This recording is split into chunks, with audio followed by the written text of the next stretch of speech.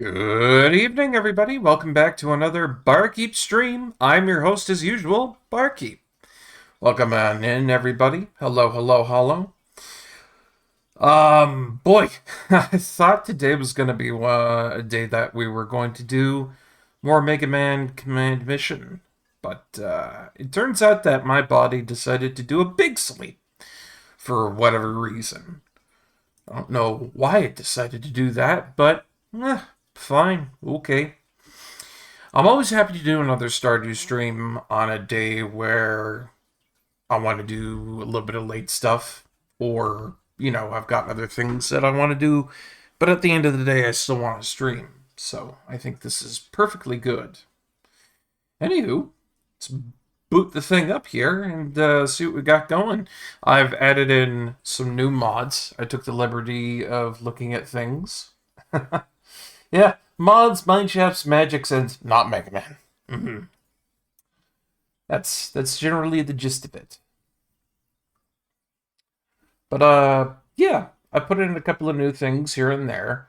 I found there was a very essential thing that we had been missing not that long ago. It makes Stardew Valley, when it's modded with big mods like we have, to launch faster.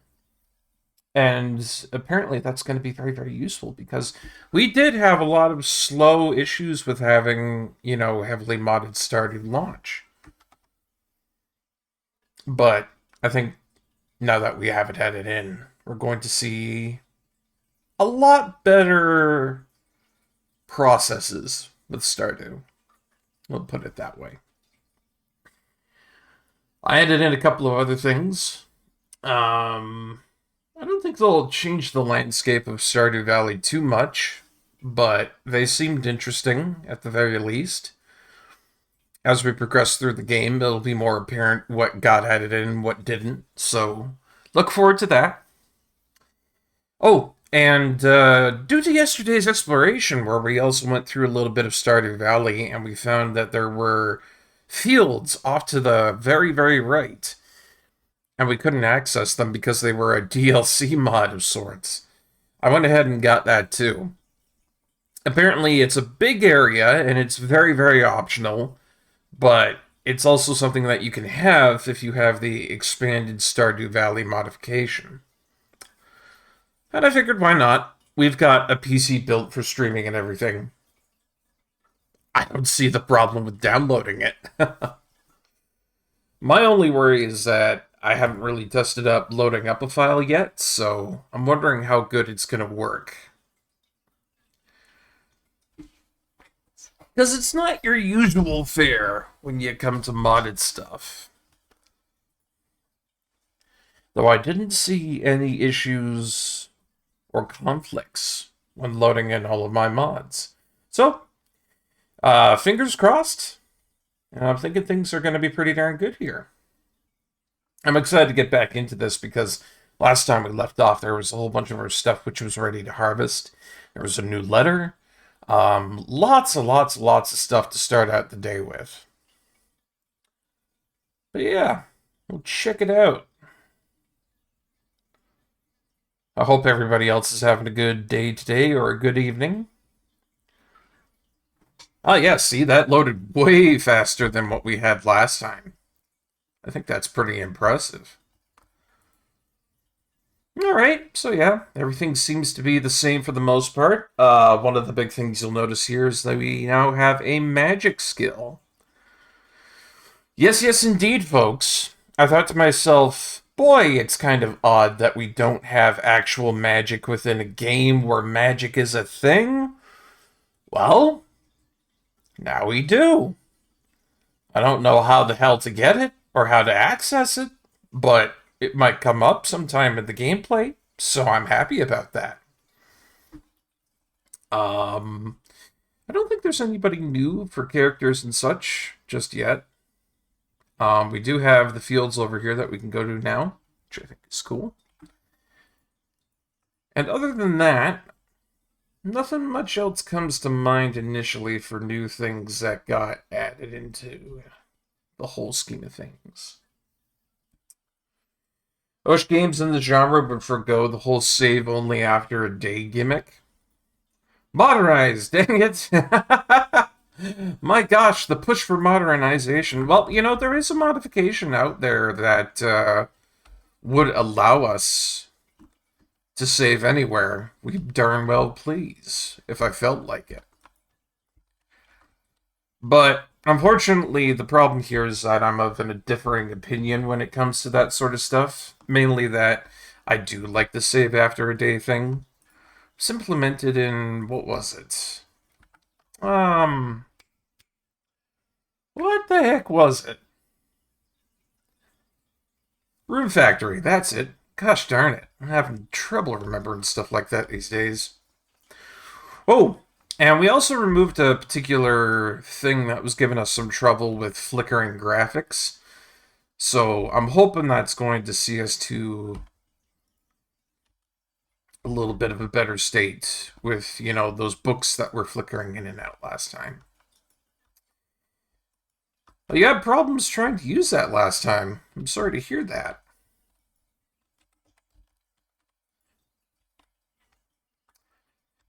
As some folks would say, that's no good.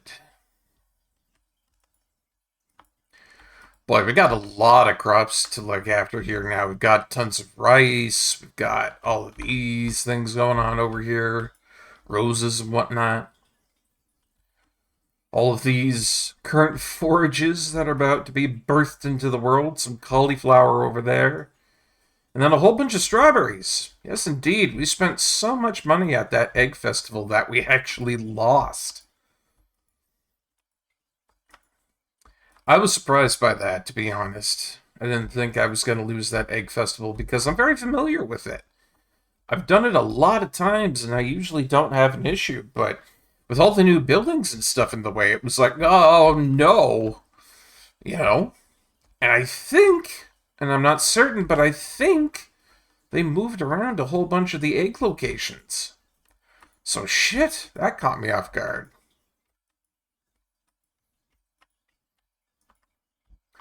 Yes, yes, Boomer, bark, bark. I see you up there.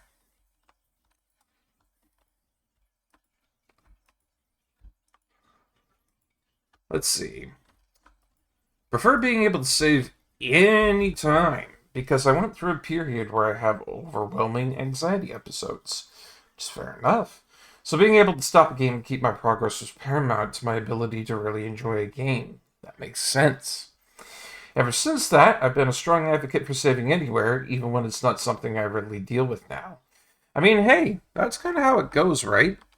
Experiences transform how we see and proceed through life.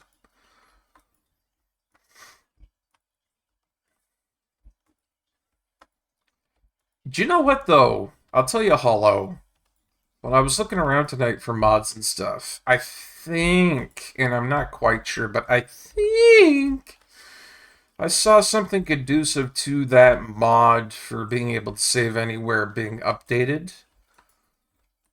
Now, I'm not 110% sure about that, so don't quote me, but I'll check after the stream, and if it is fixed, I will A, consider downloading it, and B, tell you about it, because it'll probably be something you'd like. Passion fruit, yeah, that's a new item we just got. I'm curious about that. It's definitely not as good as a white alpine strawberry for energy and health. But you get a few of them from just one little stand there. I hope these things sell well. Also, for everybody in the chat who's been dying to read that letter, let me go for it. Dear Barkeep, how are you doing, sweetie? I've missed you so much since you left. Hope the farming life is everything you hoped for. Love, Mom. P.S. I sent you your favorite cookies. Blah. Yucks. Thanks, Ma. Thanks, Ma. You're the best, Ma. Very chewy. Let's put those down there for now. Oh, wow. Looks like we're starting to become friends with people. I didn't think that would be a thing, but I actually have a heart with Olivia and Caroline. Sweet Caroline. Try it on another save file just in case. Yeah, that's a good idea. Lord knows the last thing we want to have is our beautiful, beautiful main save here be corrupted by a bunch of silly mod googag nonsense. Even I would be absolutely torn over that. It would hurt me from the inside to the outside in many different ways, because then I would have to find a new chill game to play.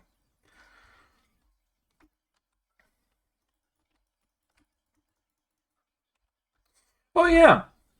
Oh, my God, that's a lot of rice. Okay. God, I was going to say something after that, but the rice completely interrupted me. Wow! We're going to have so much rice. I see no reason not to plant this right away.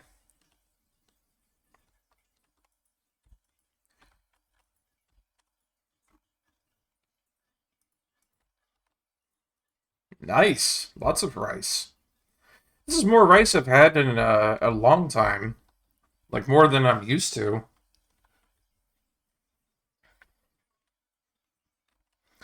Oh, gosh. What was I going to say? Oh, yeah.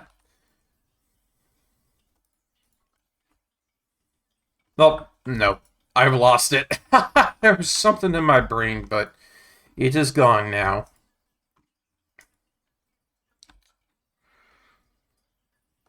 Just, if anything, I think I've had a pretty good time with Stardew Valley here, I think. The modifications that we've added in have actually gotten to a point where it's been conducive to make it a fuller experience, I think. Oh, we have an event! And I think it's for the dog. It is for the dog. It's for Dusty, one of our new NPCs that got added in.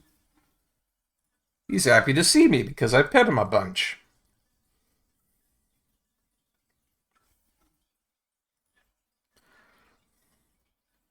Pet Dusty or don't pet Dusty? I'm gonna pet him.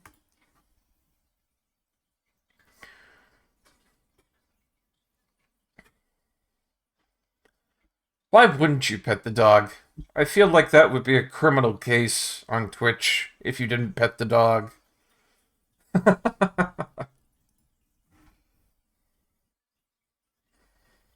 Yay! That was nice.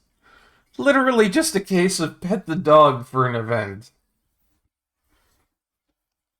See, it's that kind of wholesome stuff that I'm very happy to have in a video game. That's good. I give it a 2 Barkeep thumbs up. I think we've got all the hidden eggs from yesterday cleaned up. Pretty sure, anyway. I sometimes take the bus here to check out books from the library. Huh. New quest on here, how to win friends. I have to give somebody a gift. I see, I see. Yo, Mayor, you want some cookies? Thanks, this is great, he says. Best friends. All the money for me. I've got a little bit of gold. I wonder what's going on in Pierre's shop. Heyo. Oh, hello there. Can I help you? You see, I'm looking for the 8 Dragon Balls. I gotta restore my friend Goku back to life so he can beat Cell. What's it take for a little peace and quiet around here?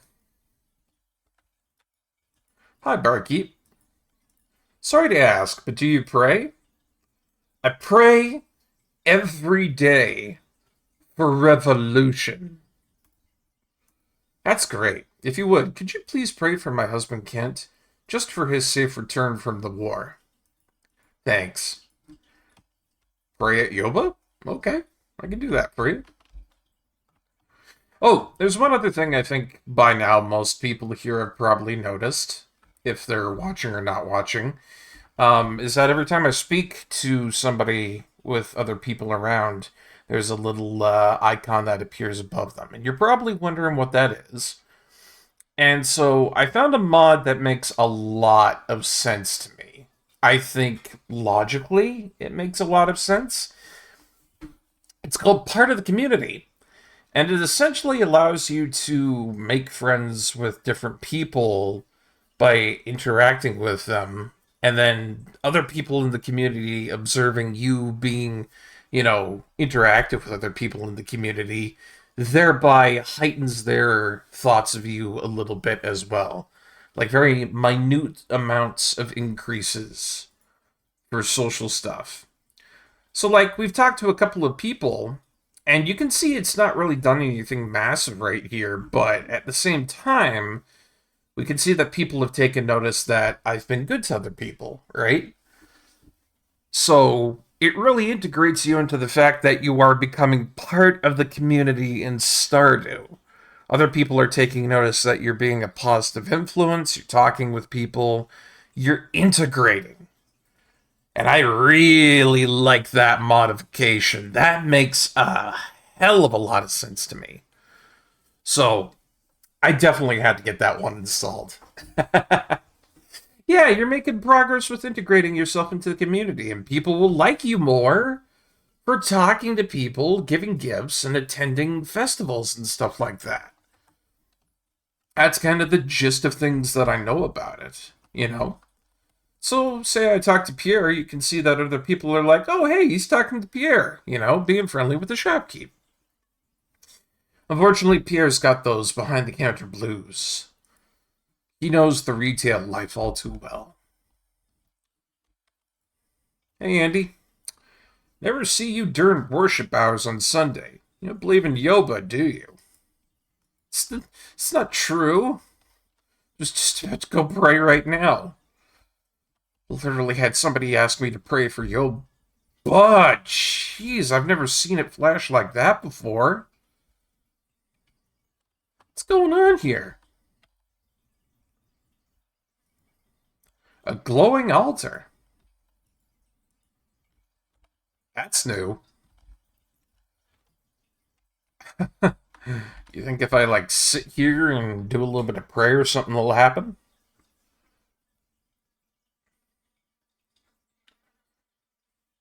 I believe in that boy.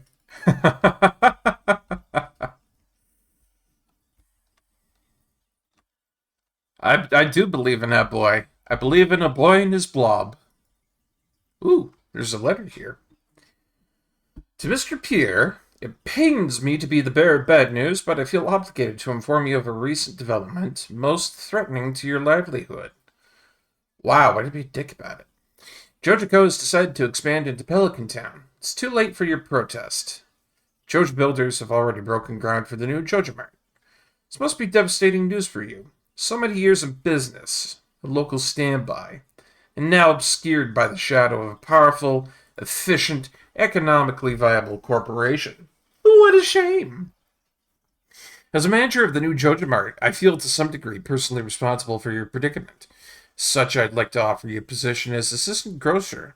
Wages start at 5 measly gold an hour. I look forward to seeing your resume. Mr. Morris, manager, Pelican Town Joja Mart. Whoa!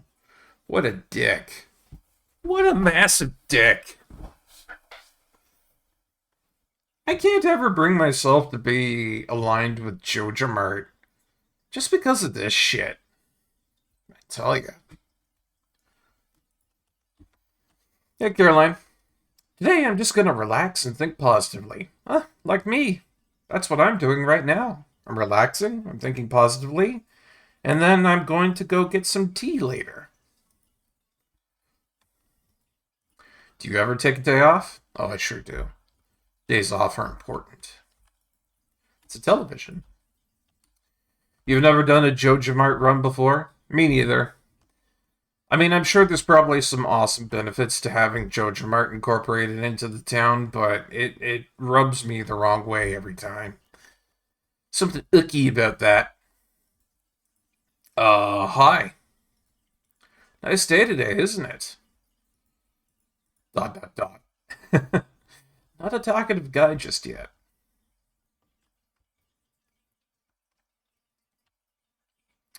So yeah, I think I'm going to go down to the museum. Because there's just one little check and balance I want to do. Don't you have work to do? Kind of. But yeah, if everything's set up properly, and it is, look at that! Previously, all these books were popping in and disappearing and having issues left, right, and center, but now they're all fine. I'm glad to know that I can do small little modifications and fix things on a mass scale like that. And if you ask me, I'd say that this is probably the most stable that we're going to get it so far. I don't have a lot of energy left, but I do have a good amount of time left in the day, so what I'm thinking we'll do here now is we'll go check out those fields that were over to the right, because we have those installed now. Grambleton Fields, they call it.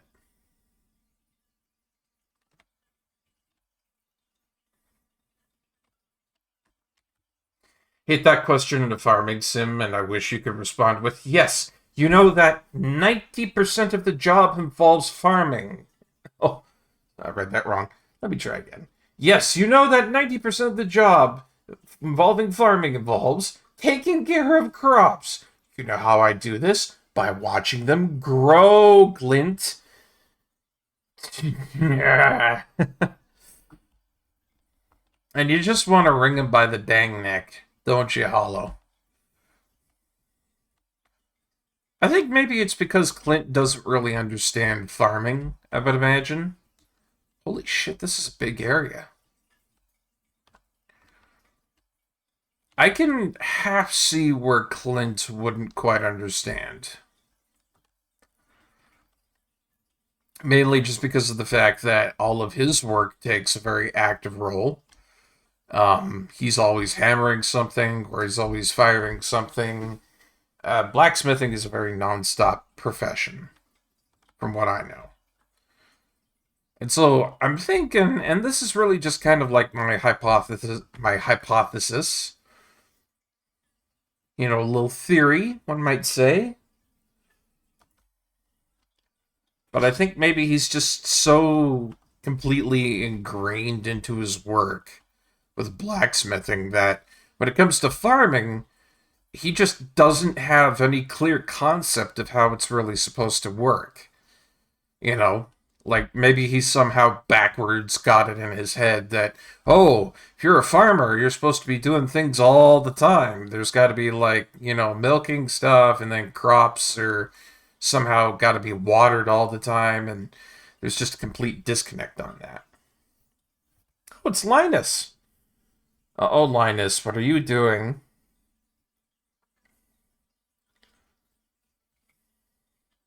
Oh.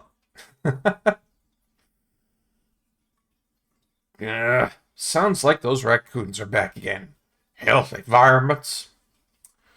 You just dislike being asked why you're doing something when the devs know that there's an aspect of the job that clearly involves just waiting for time to pass. Maybe that's what they were intending. Maybe Concerned Ape wanted to kind of get under your skin like that by making Clint kind of seem like he knows dick all about farming. Like, maybe that's your motivation to be better friends with Clint so that, you know, he finally understands that farming is not just, you know, standing around like an absolute gromfaloon or something like that. Mind you, it's just wild theories. Wild theories. You'd phrase it better? I could see that. Ah, you turned up at the right moment, son.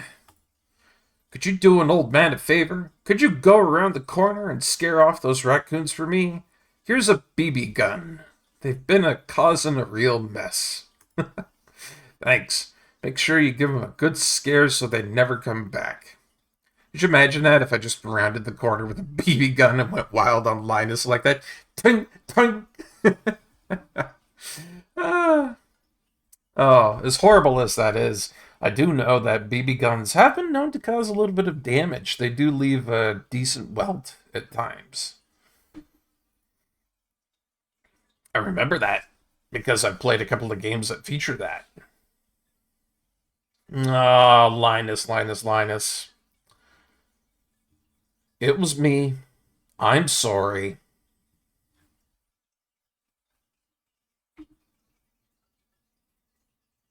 Oh, hold on a second.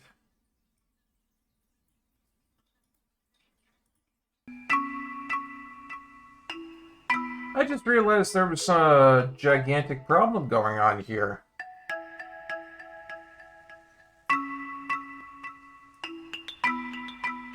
There we go. I wondered why that wasn't coming through. Ugh, goofy OBS. I apologize. Sometimes there are just things that are completely out of my control, and OBS for some reason doesn't like to be a fan of my audio output. So I'm always having to muck around with it somehow. But I think that's got it good now. It was me. I'm sorry, says Linus. I'll tell you what.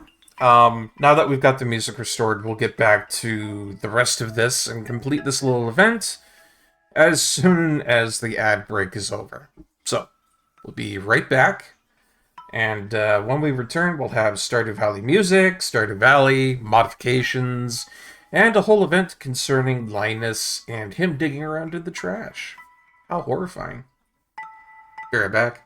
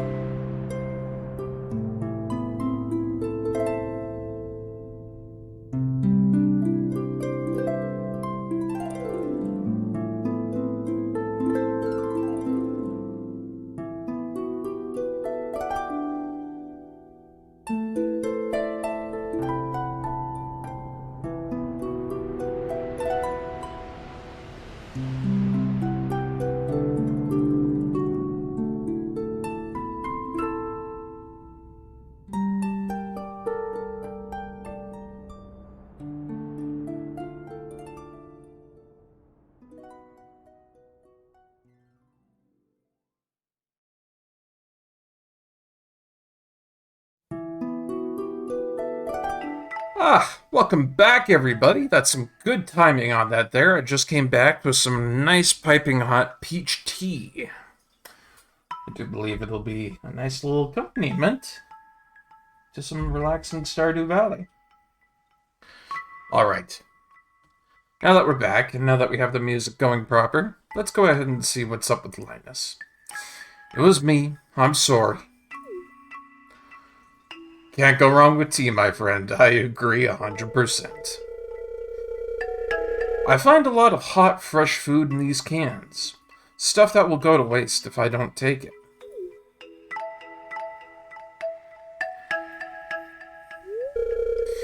Do you think there's something wrong with what I'm doing? We have a lot of different options here. We can tell them, yes, it's disgusting, you vile little shrimp. Or I could also say, no, it's a shame for food to go to waste. I could also say, yeah, it's illegal. That's George's private property. I could also say, nah, but you should get a job and stop leeching off of others, which is a real dick thing to say. While I half agree with the fact that it is kind of illegal and that that's George's private property, I'm going to say that no, it's a shame for food to go to waste. I'm going to go with that one. That's my choice. Thanks, Barkeep. I knew you were an open-minded person. I feel good about what I'm doing. I'm not harming anyone. And that's what I kind of feel about this whole thing, too. It's not like he's actively harming anybody in the process here. Not a terrible thing, to be honest.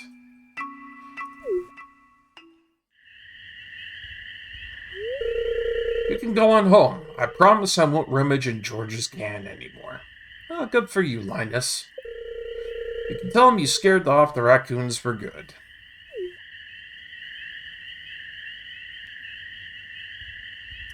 Who throws away hot meals anyway? I know, right? And myself really hate food waste, to be honest. I've worked in retail for about 5 to 6 years, so I've seen a lot of food waste go on. And so, if there's ways for me to reduce that, I feel like it's kind of the right thing to do. I'm not really saying it because there's, like, kids starving in Zimbabwe or anything, right? But at the same time, I hate to see food go to waste. So, I try to not do that as much as I can. Sometimes it's a little bit inevitable. Sometimes it's problematic, but, you gotta do what you gotta do. Wait, says Gus in a very stern tone.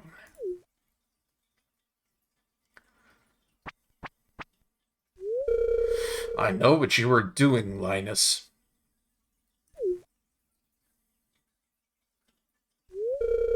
You need food? Just ask. I don't want anyone in Pelican Town to go hungry. Here, I've got a basket of zucchini fritters for you. Just make sure you dip them in my spicy marinara. Go on, take it. Oh, man. Good guy Gus to the rescue, guys. It's always heartwarming to see that. Makes me upset that grocery stores throw away so much food that could go elsewhere and help deal with those who are starving. Oh, man, I don't know how to feel about that one, to be honest.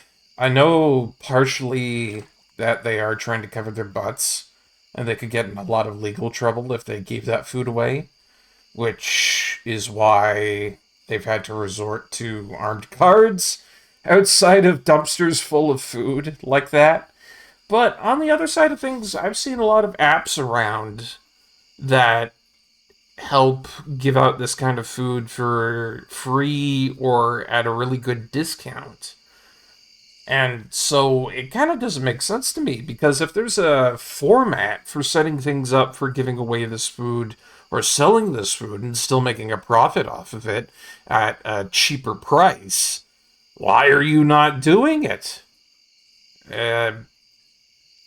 Kind of defies all expectations of logic in a way, especially for a business. But who am I to say what a corporation is thinking at all times of the day? I'm only just one man, and I do what I can in the world.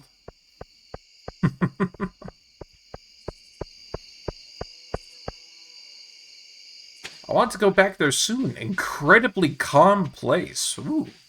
That area was very good for rest. I didn't know that. But it's nearing the end of the day now.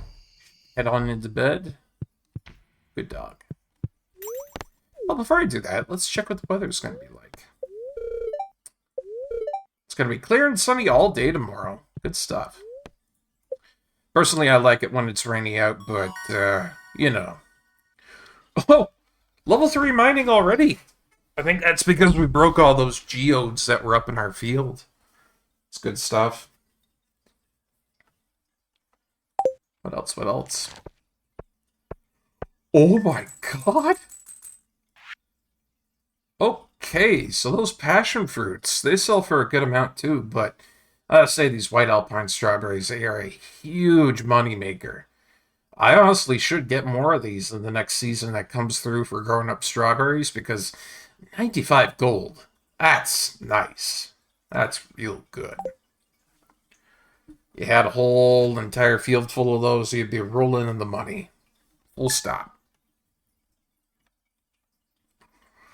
Yes, very, very nice, Ursunder. Hello, friend. Welcome on in again. We're playing some more chill modded Stardew. Wow, that's a lot of forage. And, looks like wild berries are ready for us, too. Good dog. Time to harvest, hell yeah. Woohoo!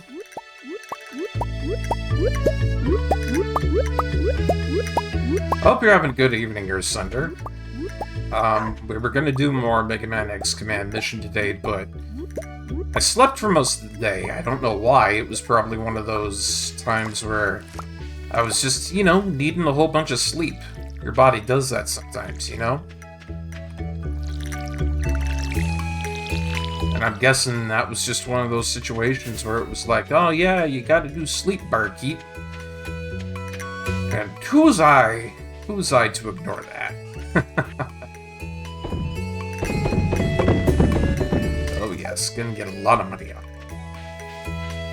Finished up Love, Chunibyo, and Other Delusions, and fixing to finish up Konosuba stuff. Nice. I know. I love Command Mission 2. I couldn't get the theme song out of my head. I was talking about that in the Discord not that long ago. I was like, I could not get it out of my brain. Giga City theme was playing over and over in my head. It was a good time. And I had planned to get up today and do a whole bunch of streaming on that, but then I just completely conked out. And I don't know why.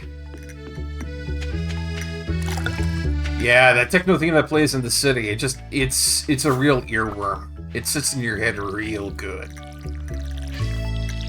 I know Corey Kirby was talking about that last time too, and he was definitely not off the mark with how catchy it is. Boy, I think that's everything watered. We sure do have a lot of crops here. We got strawberries over here, we got white alpine strawberries up there, passion fruit there, some potato down there, some cauliflowers here, and a bunch of roses over this way, which I think are very, very pretty. Hello, dear. I know you're just getting started as a gardener, so I wanted to give you a little tip. Most crops only grow in one season.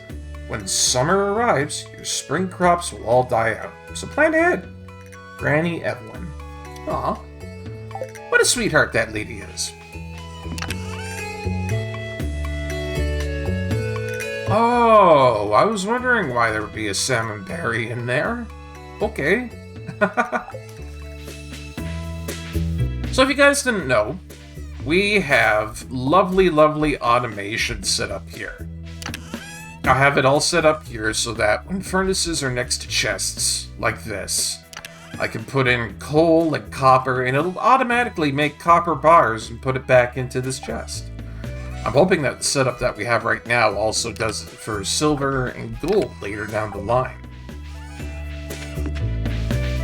not sure exactly how this automation process works, but I know it's super duper handy for, you know, leaving stuff to go. Oh, you just got done playing some more Mario Wonder, eh? And you got finished right at the World 2 Castle. Very nice. I've been hearing lots of good things about it. One of my good friends, though, he hasn't been doing a lot of Super Mario Wonder lately, I think. Maybe because he beat it. I gotta ask him about that. I could be completely in the dark about that, and I would never know. You know what? I think today's a good day for mining. We're gonna go into the mines. Gonna take that gold star daffodil. Gonna make some friends. Gonna make some friends. Lord knows, making friends is important. I'd like to put an earth crystal on my shelf. Please deliver it sometime today. 150 gold on delivery. Demetrius will be thankful. No, gonna have to say no to that one. It's a bad idea. If I tried to do it, I just know that it wouldn't turn out all that well. Hey, Lewis. It's a good season to start thinking about gardening, even for us non-farmers. The valley is known for producing some of the finest spring flowers. Well, why don't you have one, Lewis? If you're going to mention it by name, then by gosh. By gosh. By golly, by gosh. I should give you one. Speaking of Mayor Lewis, we're running into a lot of events today, guys. Good day, Barkeep. Good day, Mayor Lewis. Morris promised Jojo would clear away this rock slide by now. Susan is trapped at home and can't get out except via train. Oh, so that's where that Susan lady was. She gave us a letter earlier on saying that she was trapped behind it. And Jojico's been responsible for it ever since. Good Lord. Now he's telling me the cleanup operation is delayed until early summer. My hands are tied. As the mayor of Pelican Town, it's my duty to ensure that everyone is safe. Morris and I will reach a resolution regarding the rock slide soon. Just relieved no one was hurt during the rock slide. I must be on my way, Barkeep. Don't bother using your pickaxe to try to remove these rocks. It would take you months.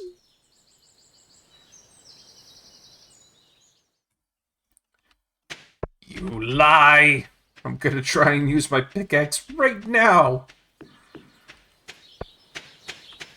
Yeah! Yeah, no, I guess not. It was a valiant effort. Very, very valiant effort. I wish I could too. It sounds terrible that Susan is trapped back there. Hey, Linus, would you like a flower? No, I don't want to eat a daffodil, dude. Do I look like a daffodumbass? Seriously. This is a great gift, thank you. The crisp air of the wilderness is all I care to know. I live out here by choice. So you do, Linus. So you do. Even if it was just a slight effort that would take some time, yeah. Yeah, that would be cool, wouldn't it?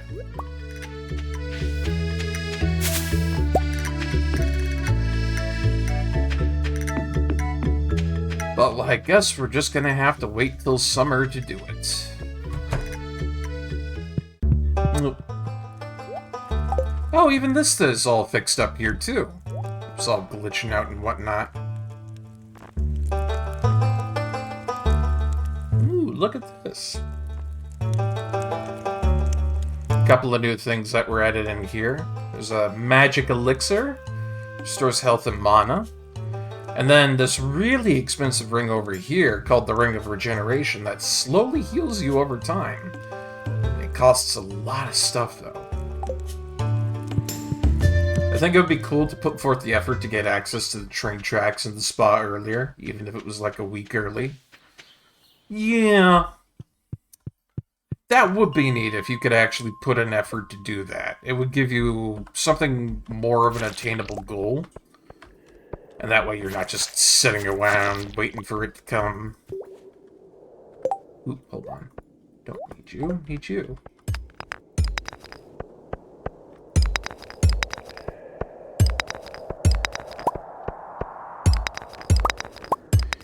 But I suppose at that end, the maker of Stardew Expanded and Concerned Ape both kind of figured that they wanted to have that be a naturally expanding area.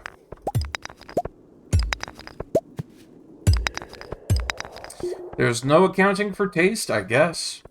You know what I mean?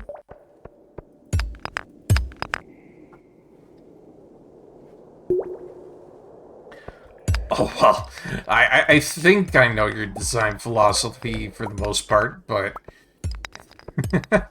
you're the one who invented it, Hollow. I can't claim to know everything about it. I'm definitely not a master of it just yet. Lord knows it's going to require just a little bit more time on my part here and there to really understand the finer inner workings of your design policies. But I do admit, for the most part, I do have a pretty good understanding of where you like to come from on how you work with things like that.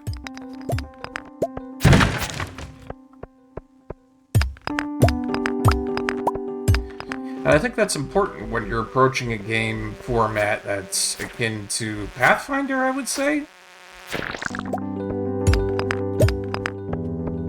I don't know what you would say your format for your game would be close to, but...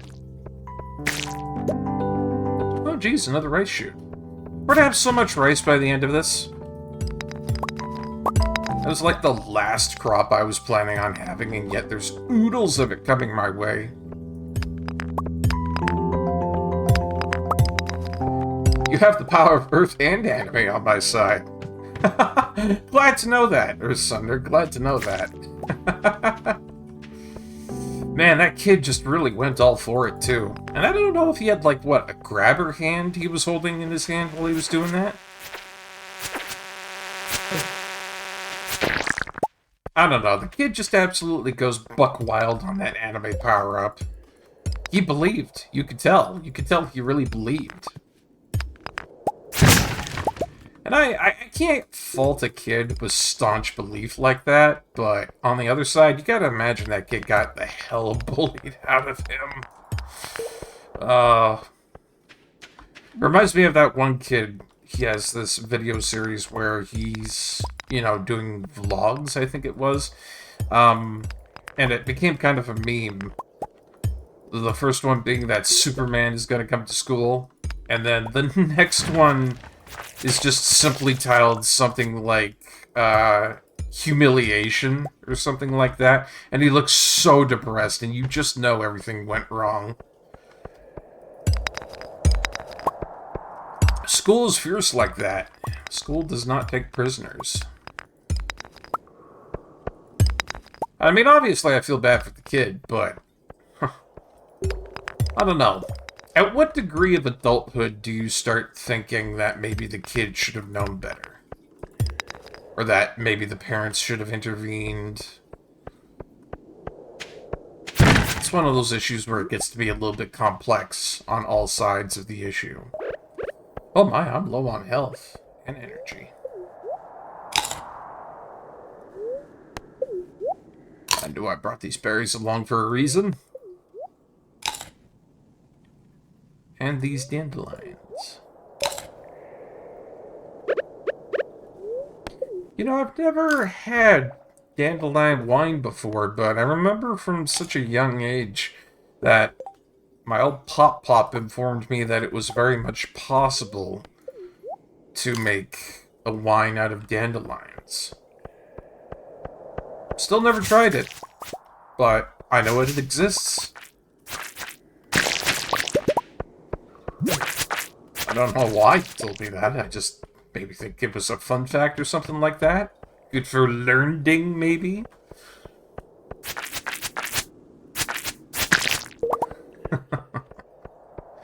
Uh,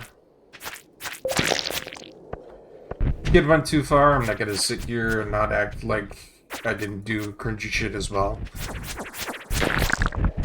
Yeah, yeah. Oh yeah, we all did cringy shit back when we were kids. That's like a universal thing for everybody who's ever been a child. And everybody's been a child. Absolutely everybody has been a child at one point or another. What the heck is up with all these rice shoots? It's like he added it to the game and that was just like, oh yeah, I'm gonna have all these rice shoots in here. Prepare to have rice. CERN Ape, what were you thinking? Oh, you've had dandelion wine. How was it, if I may ask? I'm very much interested in how it turned out. You're not gonna fool me, you ding-dang crab. Your great aunt gave you some dandelion wines once, and it took near an entire month to get the taste out of your mouth. Oy. Jeez.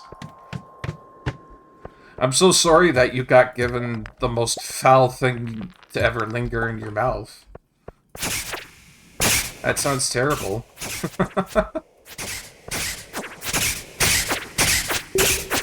Die, rock person. There we go.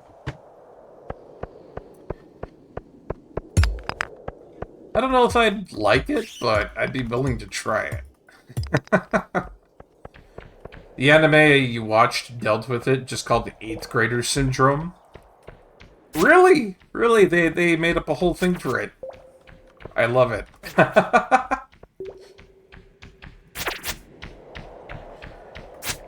I don't know. Like, thinking about that, I'm wondering if, like, you know, people who get into, like, junior high, that's still kind of like the transitory period from, like, going into puberty, right? So you're unsure of your place in the world, you're not sure what's good, what's not good, you know. You're still kind of trying to figure things out, I guess one could say. Gotta exchange some of my stuff here.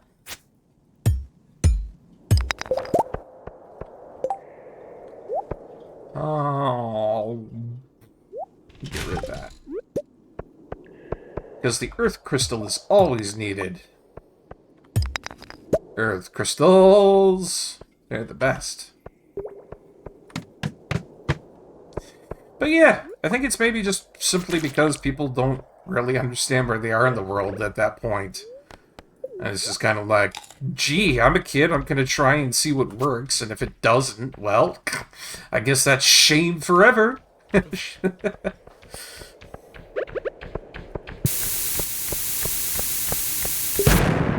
Can't see shit down here, I tell you.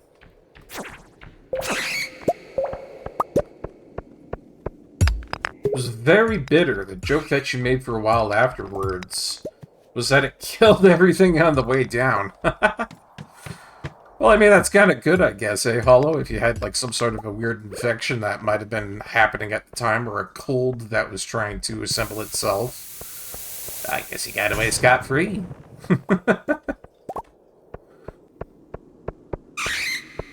I'm gonna get the hell out of here. Why not? It's too late. Too late. Yeah, earth crystals, man. The best. Gotta have earth crystals. They're part of the whole Earth Sunder lineup, you know? You got Earth Sunder, you got earth crystals, you got earth magic, earth, wind, and fire, earthbound. A lot of earth things out there. Gotta have it. Gotta be careful with homemade wine. That shit can make you sick. Oh, I know. I'm a brewer, don't you know? I brew my own stuff. I've made some pretty good things in the past. I do mead, I do beer, and I've also mucked around with some other stuff, too.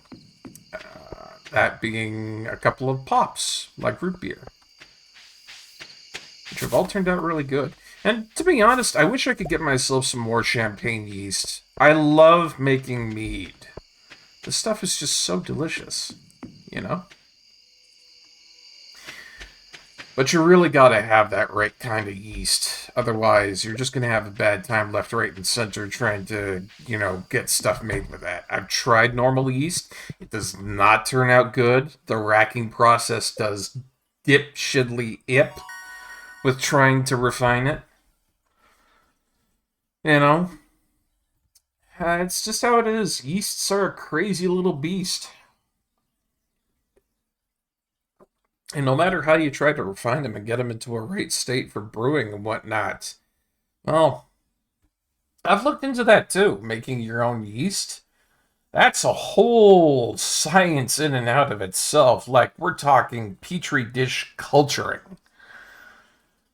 And there's even a whole foundation for the setup where if you can get yourself a unique, pristine culture, you can send it in and have it saved in a lab for having your own unique culture of yeast for brewing.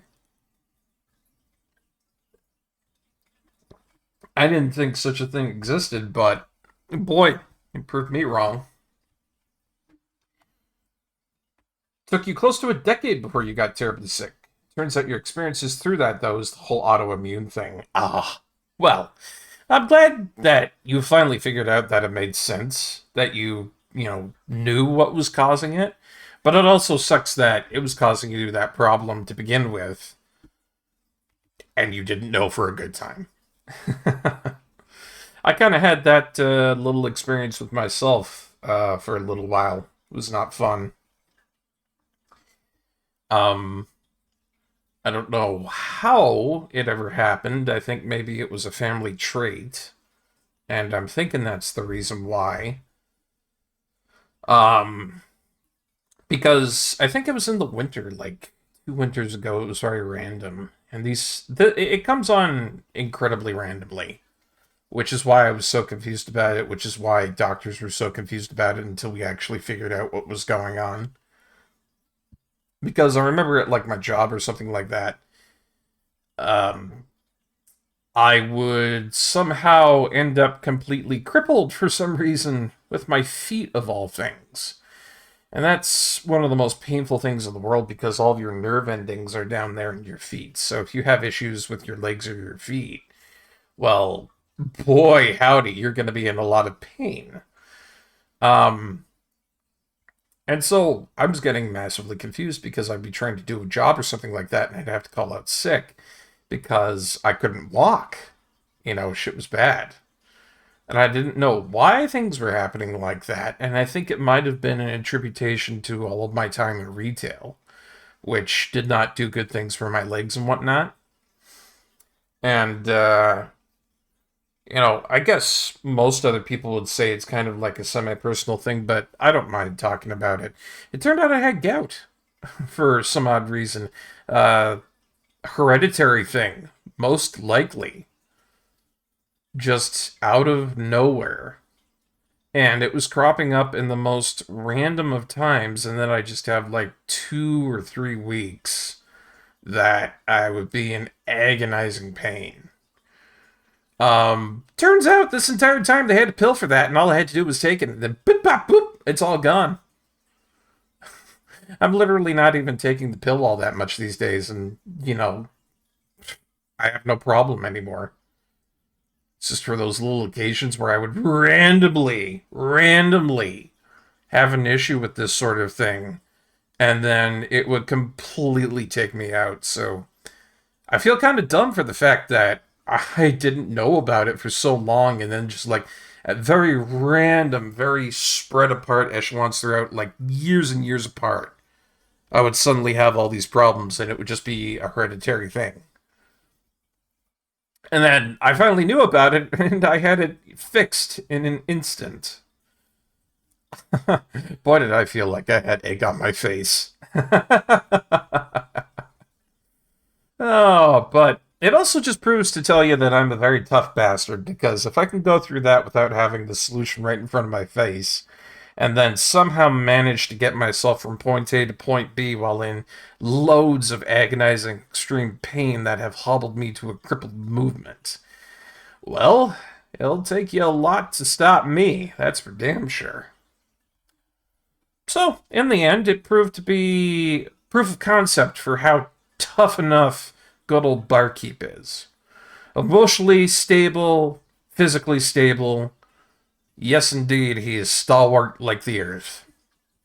Anyways, level 3 foraging. Hell yeah. We also got ourselves a tapper, and I'm very excited for that because I'm fucking Canadian. I'll get myself some goddamn maple syrup. We'll have a tree farm started up. It's going to be fantastic. But I'm very much happy to see that. Definitely want to get some maple syrup started up here. We also got level 3 combat with a roots platter for a new cooking recipe. Very nice. Wow! And a big boost in money. Potatoes selling for 80 gold each. Not too terrible. Oh my, look at all this though. It's not much on its own for foraging here. I think a good quality leek is probably the best item out of the bunch here. Just by looking at it. But man, when you get a whole bunch of foraged stuff and you cram it all into the bin together, it does make a good little bundle. Nice, nice, nice. Very happy about that.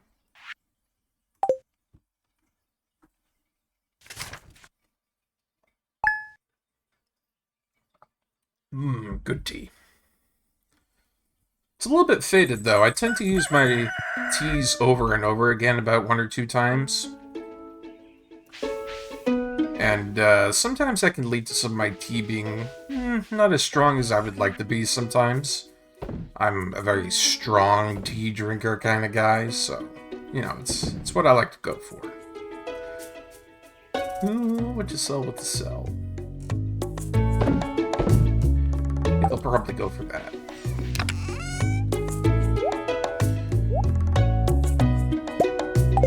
He keeps putting a freaking salmon berry in there, and I know why. It's only doing that because it thinks it's supposed to be putting that in there. And that's so silly. We're gonna make tons of money off of those alpine strawberries, and I'm very happy about that. There's been no end to them, and they seem to come back really fast.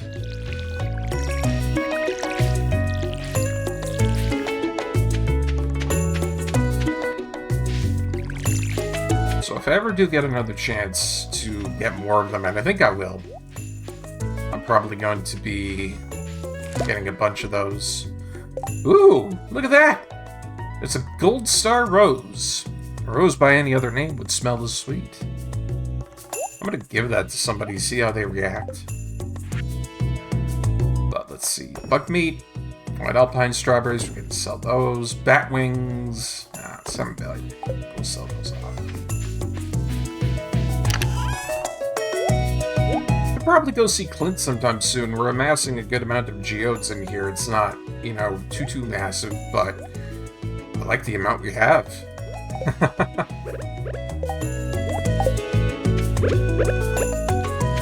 Put 1, 2, 3. Put them right in here. What are these? We got a parsnip, a potato, and a cauliflower. It's the whole combination of the spring mainline, Charlie Brown. And again, tons more rice to be added in. Holy crap, look at all this rice. Usually I don't have a lot of those coming through in a playthrough. Then again, I really don't even know if these are all that great, to be honest. I've never really done rice farming, to be honest. Not on a large scale like this before. So it's going to be interesting to find out to see how much it'll sell for, I think.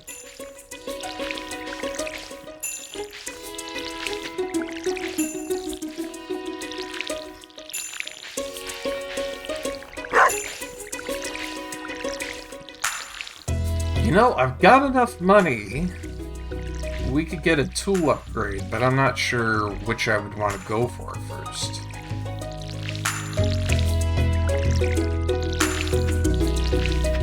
Probably a better pickaxe. I like having better pickaxes early on because it gets me further down into the mines. Dear Barkeep, how is your work going as you restore the farm?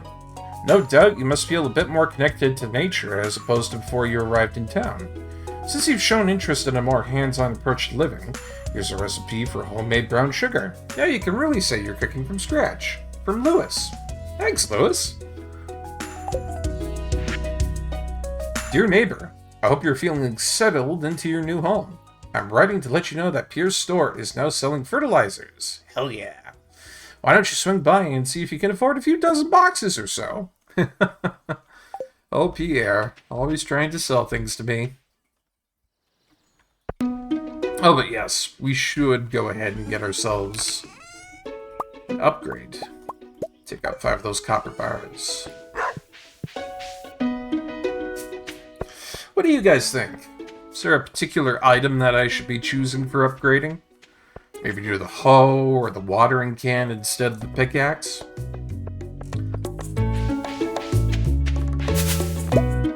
Because I always know that I go for the pickaxe myself, but there's a better option I should be choosing. I'm all open to suggestions. You know what I'm also open to? Petting this dog on the head. Good boy, Dusty. Yeah, it is kind of brutal to kind of figure it out, ain't it? You know, everything that I've got in my collection here is great for doing stuff. So, I almost feel like maybe I should roll a die or something like that. Just place anything you want to sell in the shipping box next to your house. I'll be interested in seeing what kinds of things you put in there. Have I spoken to her yet? I have. What? Bye.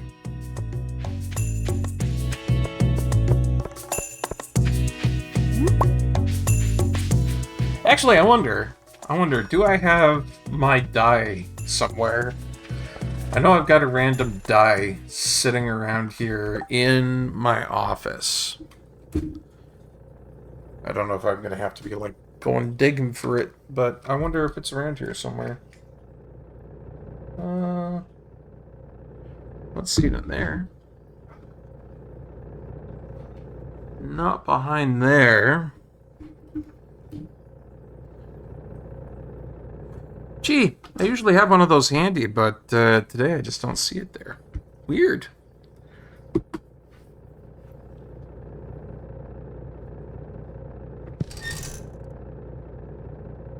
Well, if I really felt like it, I could, just for funsies. Why not? Because looking at this here, I've got 1, 2, 3, 4, 5, 6 items here. Well, maybe not the bamboo pole, that's not really upgradable. Out of all of it, it's really just 5. It's the axe, the pickaxe, the hoe, the watering can, and the scythe. Alright. So let's set it up like that. We'll say we've got the axe is 1, the pickaxe is 2, the hoe is 3, the watering can is 4, and the scythe is 5. And with that in mind, let's see.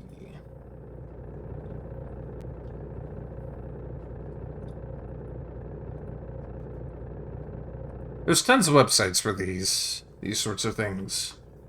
So we'll just go for a non-conventional dice roller, and we'll roll a 1d5 and see what it turns out. Randomize my results for doing up a tool. There it goes. It's rolling, it's rolling, it's rolling, and stop. Well, looks like we got 2.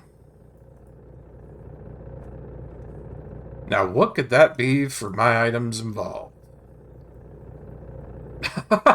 Lo and behold, it's the pickaxe. Well, if the dice say it's so, then the dice says it's so. Isn't that funny? I'm trying to pick, like, anything other than the pickaxe, and yet the pickaxe gets chosen again.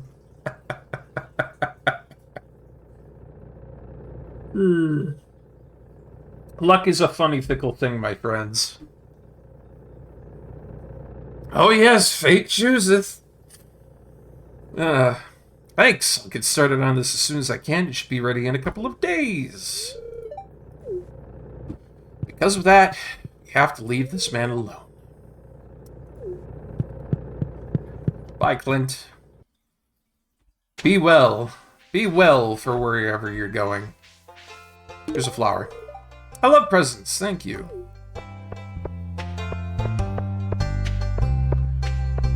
I just still think that's so silly. Oh. Anywho, who am I gonna give this beautiful, beautiful rose to? Do I give it to this lady over here, Leah? Or do I give it to this lady over here, Haley, who is very, very interested in my shoes? Who thinks they're made out of plastic? Nah, neither of these.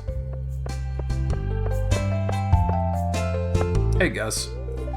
I sell different dishes each week, so make sure to check in every now and then. Might taste something spectacular. Just let me know if you have any allergies. Okay, see you around.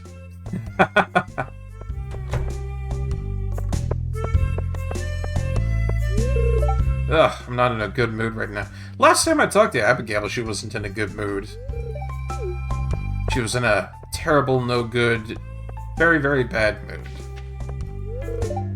Hey, you! Don't be snooping around the trailer when I'm out, got it? Good Lord, Pam, calm down. Will we learn the one this stream? What, do you think this is going to be an episode of The Bachelor?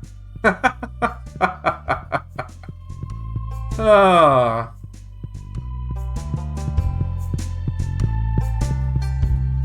I take the rose, I give it out to the one who will be the one.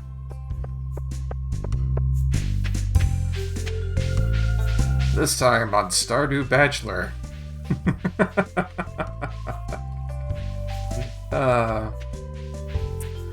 Oh, thank you so much for putting 4,000 points towards reading the worst fanfic, My Immortal Challenge. How are we doing on that? How are we doing on that? I want to check. We got 6,000 points raised. We're getting there. We're getting there. I think maybe I might have set that a little too high, so I'm going to think about that. I might have to reduce the point total that we need to get to. Just by a little bit, just to make it a little bit more reasonable, I think.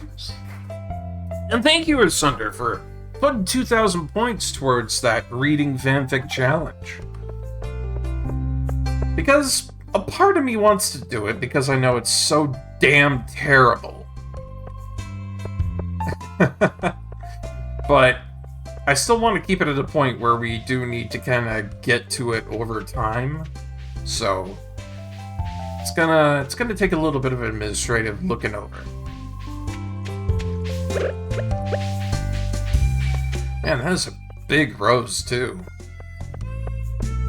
It's bigger than the size of my head. And eat the rose?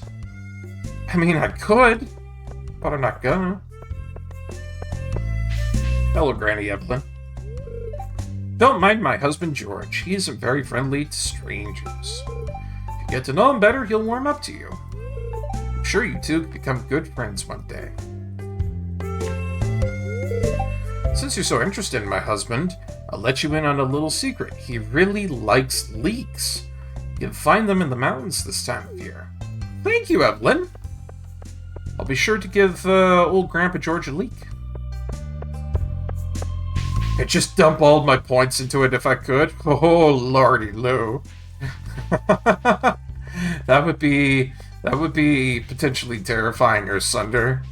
I don't think I'm ready for it just yet. I'd have to really plan it out a day in ahead. I mean, I guess I am kind of ready for it if I put it up into a challenge. But still, that'd be kind of funny to look over and see your Sunder being all like, "Oh, hey, you gotta do it now." This valley has a very vibrant and diverse ecosystem. That's one reason I was excited to move here. So you say, so you say.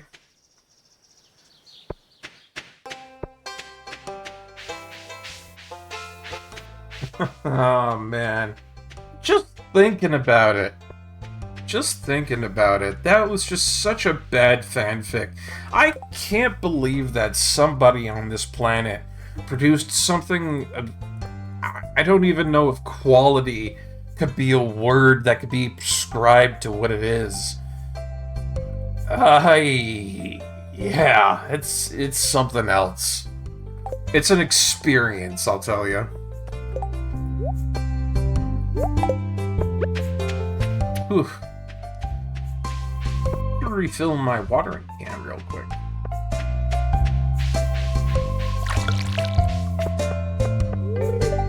A great idea can pass through your head when you least expect it, but if your mind is too busy, you might miss it, says Elliot. Well, I really must get back to my work of staring at the lake for hours on end. Seriously, what does that guy even do?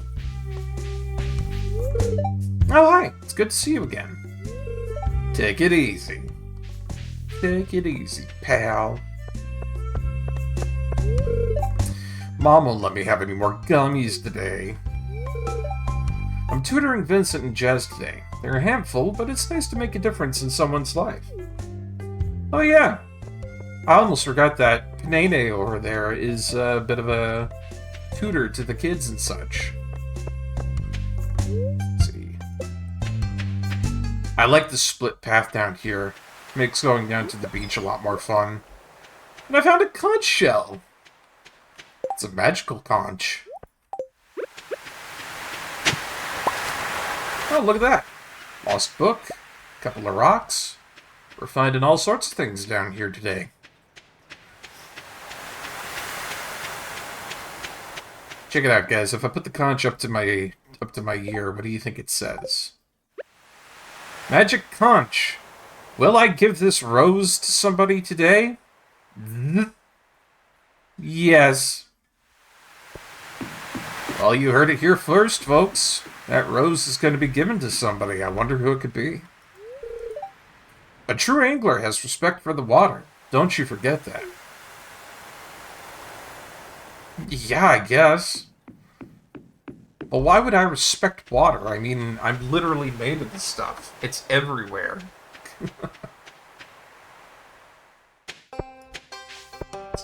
It's like somebody telling me to respect nature, and then 2 seconds later, it's like a cheetah is ripping apart a zebra. Nature's nuts, man. I'll tell you that much. Sometimes I get new items in stock, so make sure to stop by every so often. It's a lot of work to run a shop.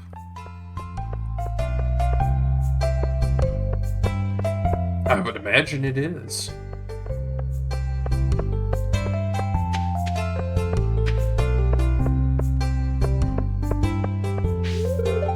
I need to go to Pierre's for groceries soon. I don't know why my mother just doesn't hire a butler already. Hey, are you thinking about a part-time job? Oh, that was rude, wasn't it? Apologies, Barkeep. I lost my composure. Found the rich boy.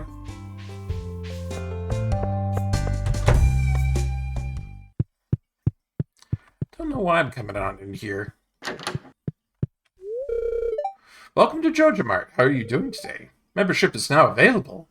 With Joja membership, you'll be able to make improvements to the community with the help of our dedicated personnel. For a fee, of course. Oh, and another thing. Mayor Lewis promised us that if anyone else joined up, he'd let us turn that old community center into a Joja warehouse. Isn't that wonderful? Membership costs 5,000 gold. Well, would you like to join us? Never. I'll die before I join you, you little spud. Besides, Your products are trash. Why don't we just have the servants do it? Yes, our servants. Surely we have many of those around, don't we?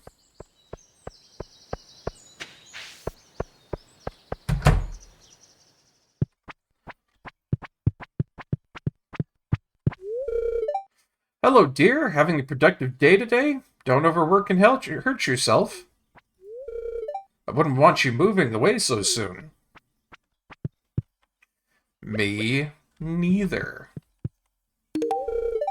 This is so thoughtful of you, sweetie. Thank you. Now, does that mean anything that I just gave her the rose? Maybe. Maybe not. You guys are just gonna have to see your own little connotations into what I just did there. The guessing game is the best part of it.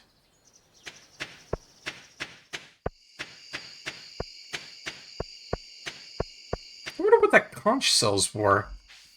To be honest, that's one of those new items that we got there. I want to see what it sells for. It could be good. It also could be summarily terrible. The only way to find out is to do a little sleep. Oh, that's what I'm talking about. We've been waiting for this one for a little while, my friends. Level 2 farming. Watering can proficiency, hoe proficiency, stone fence. Decent. Mayonnaise machine, that's alright. That sprinkler down there. Yes, yes, yes. That's the one we want. It's not a blue feather or a conch shell or whatever token of marriage that they seem so keen on adding some ceremony to the wedding situation as in these games. They always do that, don't they?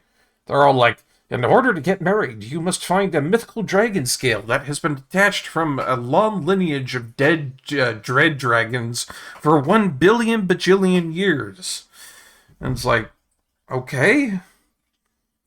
This pertains to my love. How? They're like, don't question it. It's required. You're committed to do it. The townspeople will flay you alive if you don't get it. I don't know, I always thought it was kind of weird. Wacko, one might say. Boy, those strawberries are really good. It's just so much. And the conch, that sells for a good amount too. That's 187 gold a pop. I'm not upset about that.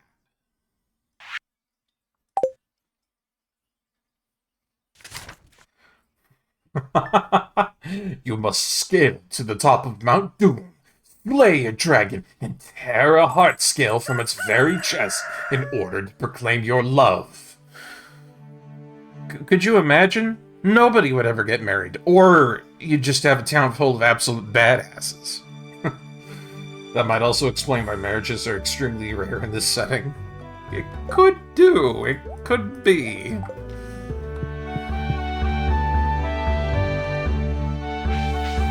Not much going on around here for today, I guess.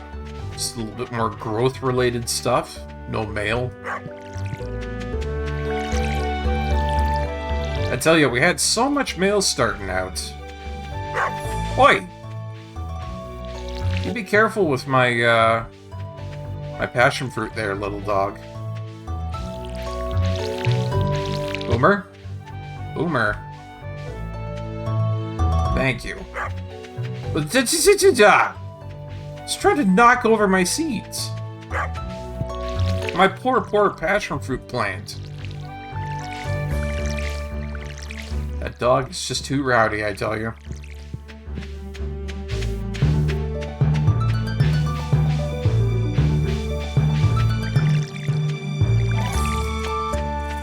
Do you know, we do have a lot of rocks and we do have a lot of gold right now. I feel like it would be very conducive to us to go up to Robin and have a well built today.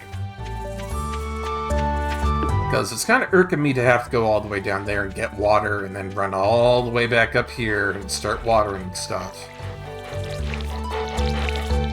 So yeah, I think we'll dig into our collection of rocks and have Robin build our very first quote-unquote building. Well, it's not really a building, I guess, but It's something to help. We have the money. We have the technology. I mean, personally, I would like to rather just get a couple of sprinklers set up and, you know, forget about things and never have to worry about stuff again, but it's a long time coming before we're going to be able to have that. Why, you might ask? Because one sprinkler costs a copper bar and an iron bar, and we have a lot of copper, that's perfectly fine, but we're just not there for iron yet. We just aren't there for it. You know? And as much as I wish we were, we aren't. And it's going to take a little bit for us to get our pickaxe back, so... Then again, we do have all that copper. We can start making a couple of tappers. I was very, very happy to learn that that was a thing we could get going. I do need 40 wood for it, but that's no problem.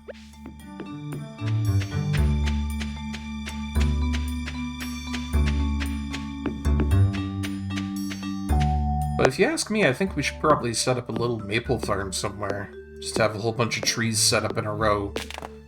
And then we can start harvesting from that.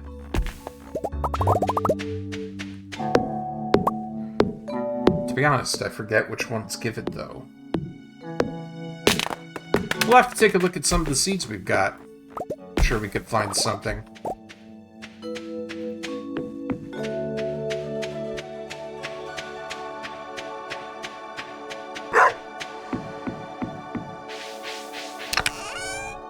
Let us check. Maple seeds. Here we are. Maple trees. I knew they were somewhere. Let's see. Can I plant them up here? Survey says... Kinda.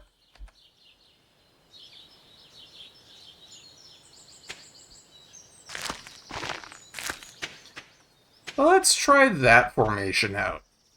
We'll see how that grows. I don't know if that's going to be perfect or not, but hey, if they all grow, we can have ourselves a little maple farm going on up over there.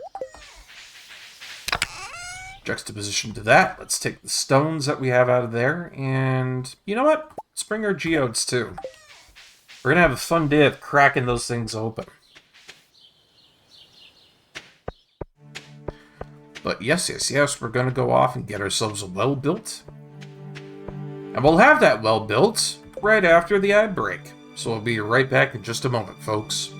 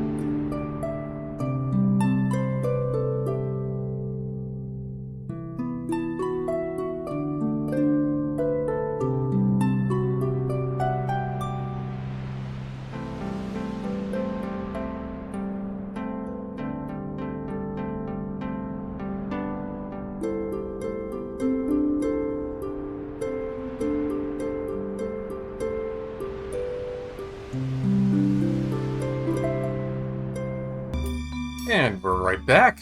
Thank you so much for waiting. Let's get into some more Stardew. We're going to crack open these geodes, and we're going to get ourselves a well built. Hopefully in that order. It's already 11:30 a.m., so I'm hoping we have enough time to do both today.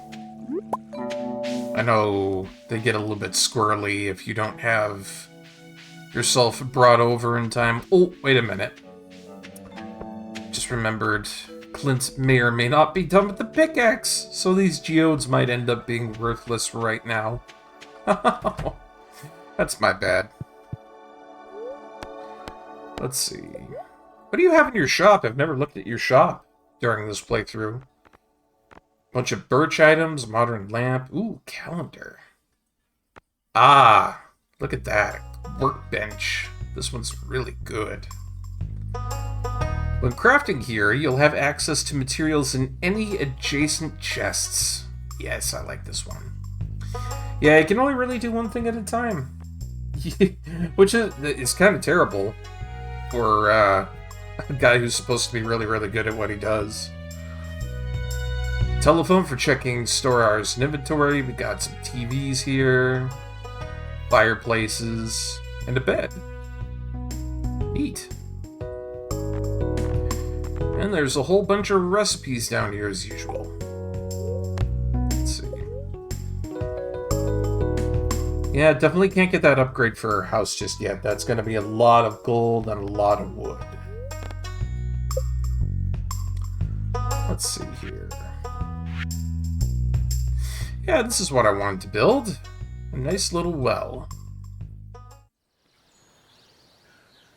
Where shall I put it? Where shall I put it?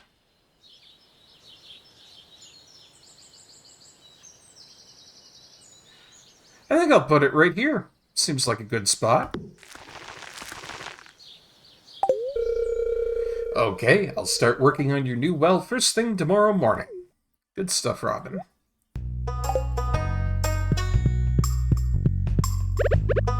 Here you go, lady. Thanks, says Maru. On Tuesdays and Thursdays, I work at Harvey's clinic. He says he likes having me around in case his medical equipment goes haywire. Being a farmer must be pretty easy, huh? No, it's not! Being a farmer is actually pretty damn difficult. Probably growing a lot of interesting plants on your farm, huh? Maybe I'll stop by your place someday and check it out. The father knows what's up. Maru, on the other hand, well, falling into the same category as Clint. Ah, damn it. So many misconceptions about a farming-centric community around here. Oh, farming must be easy. Oh, you're not doing anything right now. You must be lazy at your farming. I don't think he ever checks out your farm. Oh, jeez. Too interested in science to even take a look at the vegetables he's eating. Shocking. Saw the most beautiful family of butterflies sunning themselves in the town garden yesterday. And I took a magnifying glass to look at them, but they all burnt up, and it made me really sad. Poor Gran. I got a lot of money. What do you have on sale today? Got cinnamon sticks, garlic, got coconut and beef. A whole bunch of stuff around here, like barbecue sausage. Oh, I could go for some barbecue sausage. Sounds so tasty. Yeah, he's still working on our copper pickaxe. It's a copper pickaxe, Clint. I understand that might take you a couple of days, but it's copper.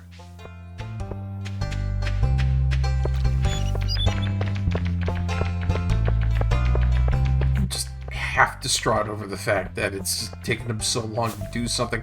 And the fact that he can't do two things at once, you know? And it's like, I can't put down this hammer or else your entire pickaxe will go kaboom in the forge. Remember to cover your mouth when you sneeze. Then make sure to wash your hands. You know, I remember the thing about covering my my mouth when I sneeze. There's a lot of people out there who don't do that, apparently. But washing your hands directly after you sneeze, I think that's a bit much. Just me. I don't know, there's probably some folks out there that are probably thinking to themselves, oh, you don't wash your hands every time after you sneeze, you absolute weirdo. You gross degenerate. Ah, there it is. A little spot for our nice well coming in soon. So, if I don't got anything else to do, I think I might as well do a little bit of fishing. We'll go down to the ocean and have ourselves a time. Because there's nothing else I can really think that's doable at the moment.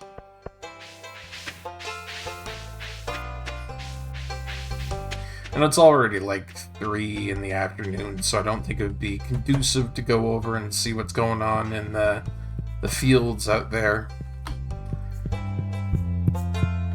Out there in the fields, I do not hunt for my meals.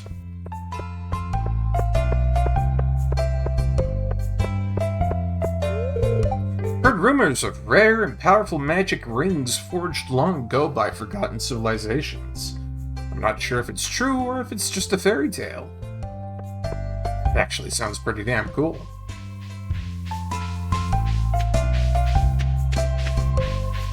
Imagine, if you will, rings that did not suck. The forest is a wonderful place. Have you been there? Many times. Would you like a berry? This item gives me a terrible feeling. I'll dispose of it. Rightfully so, Elliot. Just like you should dispose of yourself. I mean, what am I saying? Huh? What? Fishing? Yes, fishing.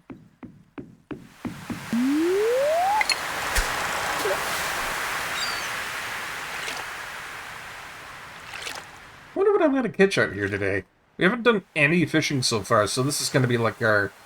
Well, we have done a little bit, but this is gonna be our first major foray into the whole world of fishing.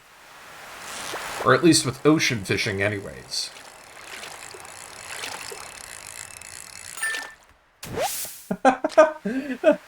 You telling me Dulce Seaweed didn't put up any fight? I'm surprised. Well,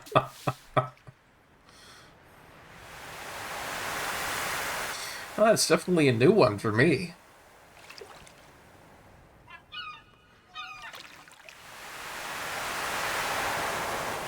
Oh man, this is a relaxing little thing to add into a game there. I love when they put fishing into these games.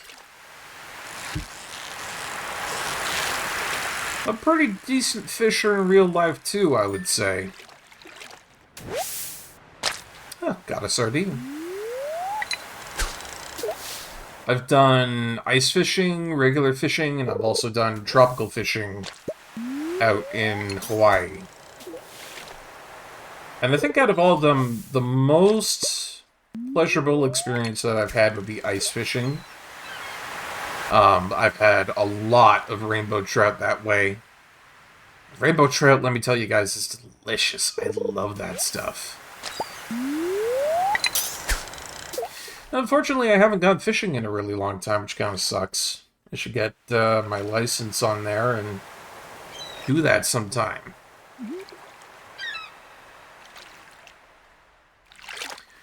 Because from what I know, there's a good amount of lakes up and around me that have good trout, good pike.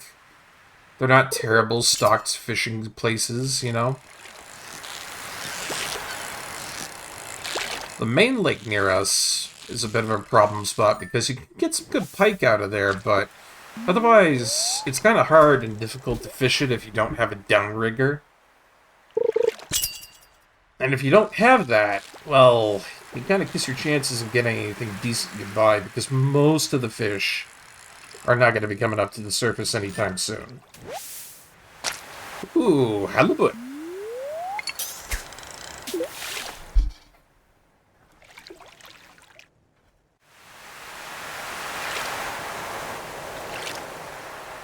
I think the fact that me liking fishing is even compounded further by the fact that I'm very much a seafood guy. Very much into sushi, very much into fish. Scallops, love them. Love shrimp, love squid. Octopus is really good too. I had a chance to try a whole bunch of octopus one time. I went down to Vietnamese buffet. I didn't even know it existed, and it was a really nice service. Even had these buns there that were filled with like these fruit fillings that I'd never had before, and those things were so delicious. But I'll tell you, the one thing I didn't like the most there was the fried chicken feet that they had. It was definitely a first for food experiences for me, and you know, while it wasn't terrible, it wasn't something that I would constantly have. Boy, oh boy, it's just like halibut season out here tonight. Good stuff. Ooh, I dare go for it. I dare go for it. I wanted that chest. Let's see if I was rewarded for my tenacity.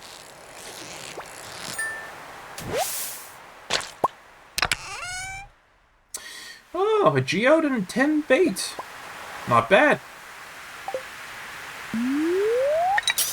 I think the strangest thing I ever ate, though, when it comes to seafood of the like, would probably be sea slug sushi, and that's a kind of fun little story I like to tell every now and again when it comes down to fishing and whatnot.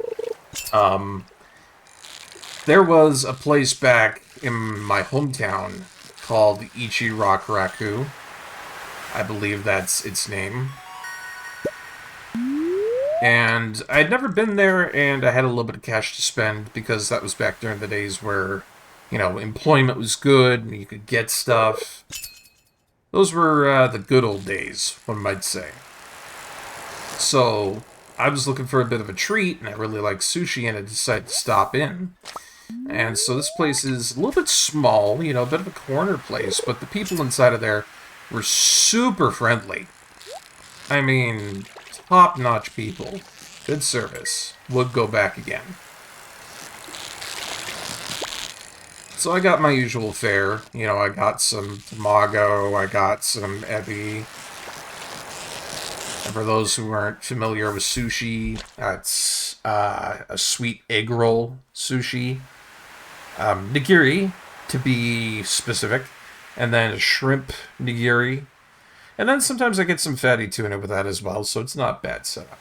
And so, after a little bit, one of them says I really like my sushi, and, you know, I can't help but agree with that, because I really do.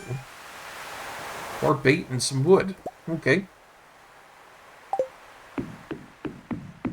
And so they said that they've been trying to sell a particular type of special for quite a while, and it's just not selling.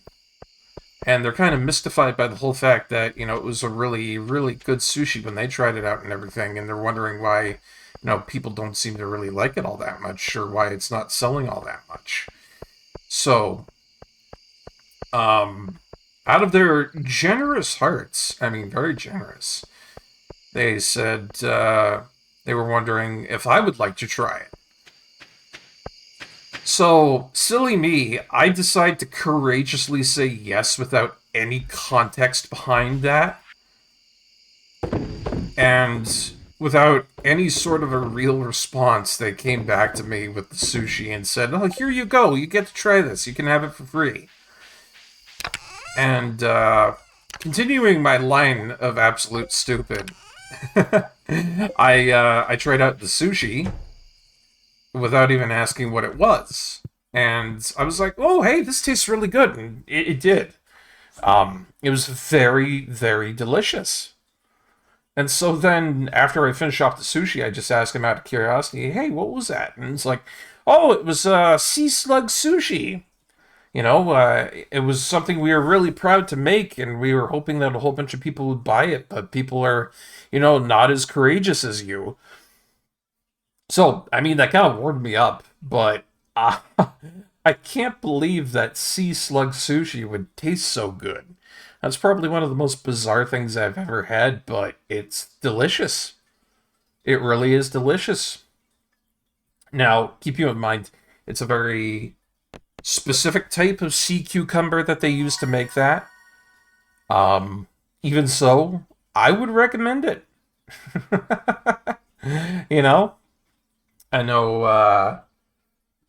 I know there's a couple of sushis out there that people aren't primarily all too keen about.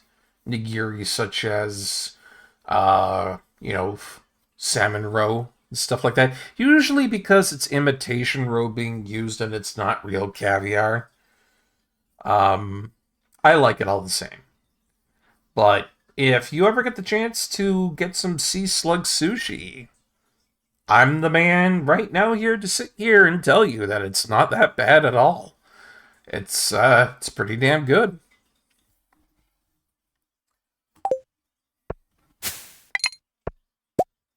Wow, we got a lot of money from that fishing. What all did we get out of that? Not bad for the dull seaweed, but I'd say most of our profit came from the halibut. Yeah. Slugs are the one animal on this planet that I cannot stand. They just gross me out. Oh, I get you. I get you. Everybody has that one animal. I understand that in spades. Ooh, our copper pickaxe is ready. Hell yeah. I know what we're doing today. For me, I would have to say it's leeches that I don't like.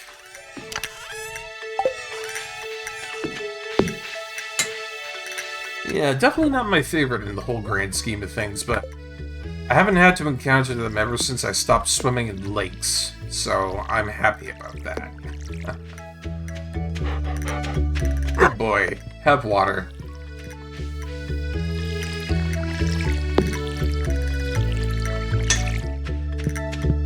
Although I'll tell you on the whole other aspect of things, there's a type of insect out there that, I've heard that people, for the most part, don't like all that much, but I like them a lot, and those would be dragonflies. I really, really, really like dragonflies. I think mainly due to the fact that they eat mosquitoes, and that's just a big, big, big boon for an insect for me. And also due to the fact that they can get stupidly huge. They come in all sorts of really cool colors. I've seen blue, red, yellow, and green.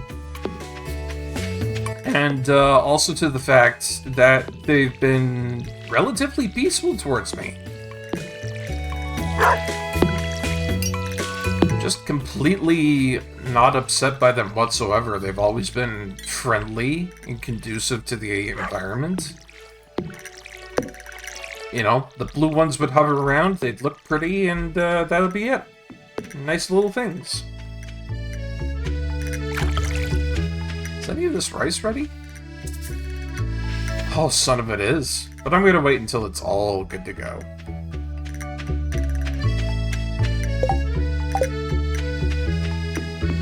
So yeah, when it comes down to it, I think ladybugs and dragonflies are probably my favorite.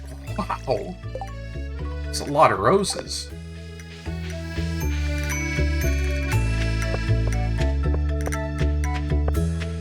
Other than that, I ain't too keen on bugs.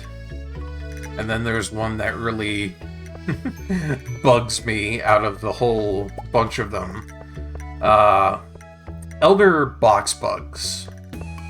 They're kind of a nasty sort, and they're kind of like stink bugs, but the problem with them is that they are very common around forest areas, and they like to get into your house. They like the warmth.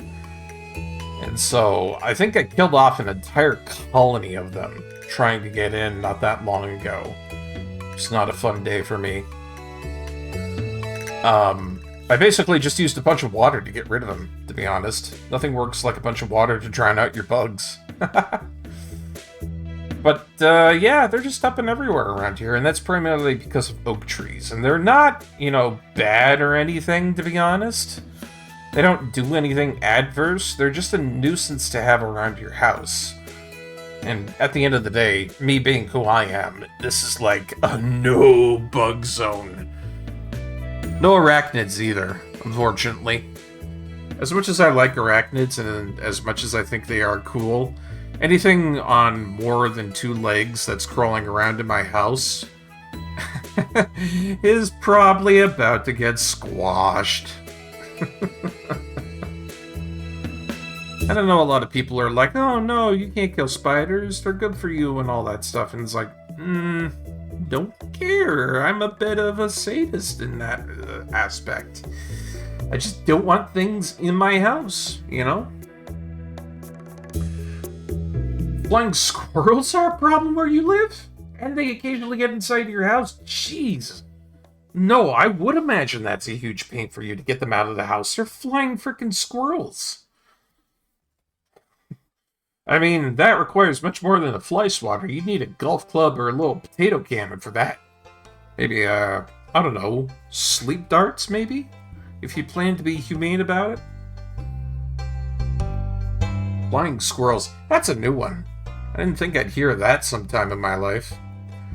Plan on spending a lot of time with my telescope this summer. Well, you do that. Try very hard not to kill anything I can't get out of my house in a humane way. Oh, that's good for you, man. I know I'm definitely not on that scale of humanity, or humanity, one might say. Mainly because most of the stuff that I deal with are bugs, and most of them are just a pest.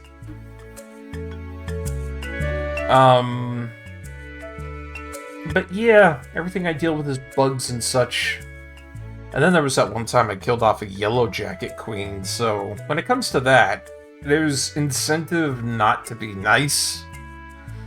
As terrible as that sounds. But there really is, otherwise you're going to get yourself stunned bad. It's not going to be good. Welcome to Piers! How can I help you? I would like all of your things.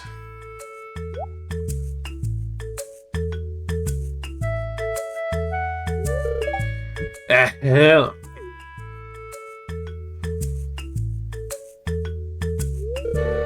Come and get it, folks. Coupons for 50% off your purchase at Joja Mart.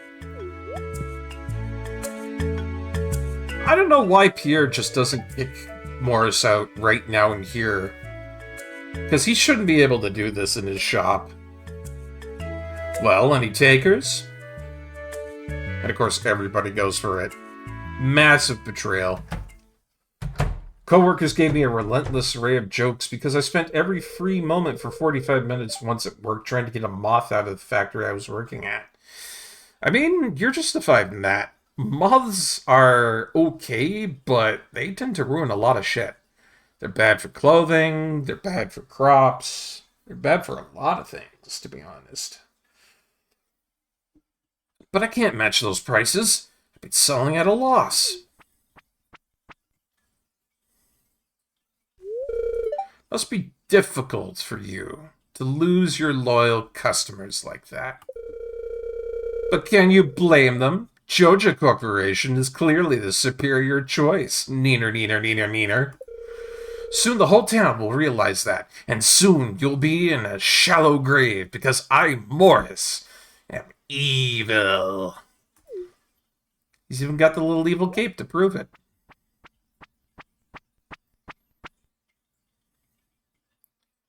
Didn't want to starve to death and to die in the factory. Oh, gotcha. He is comically evil, isn't he? Sigh, says Pierre. I wonder, is there anything I could get from you that would be available to go on in the summer, perhaps?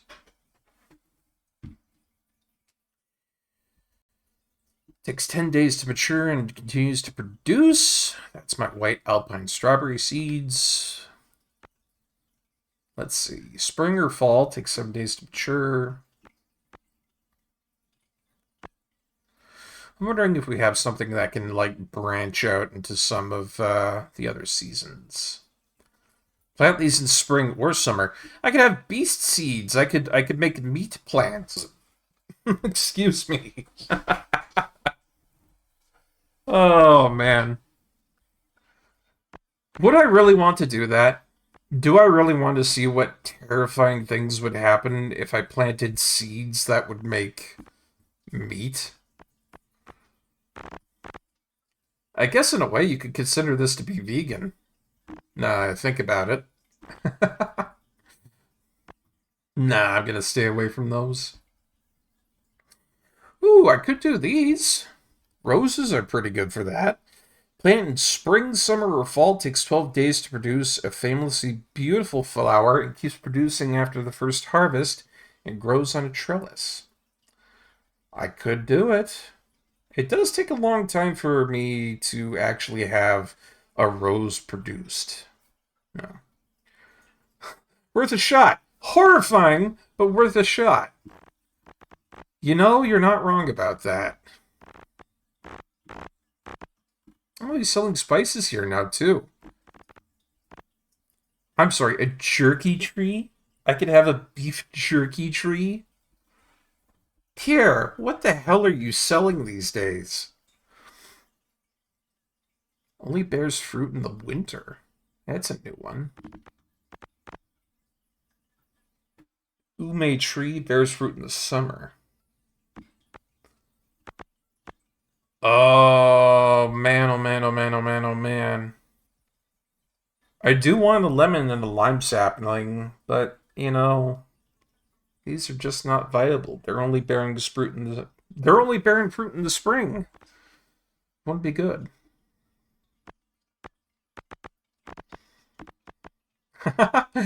Totally 100% bioengineered products. Non-GMO! Farm to table, completely organic. Oh, man. Oh, God. You know what? Which one was it? Whoops. Didn't mean to do that. But bison seeds are spring or summer, so alright. We'll get 20 bison seeds and we'll plant those and see how they go. Meat farm ho! God, what am I doing? It's gonna be terrifying. Terrifying. I feel like it's a mistake. I really do. The air is starting to warm up. I'm feeling pumped, he says, throwing a football. Bison seeds. Yeah, well, you know, it had to happen eventually, I think. Just at some time in the future, we had to get bison stuff going.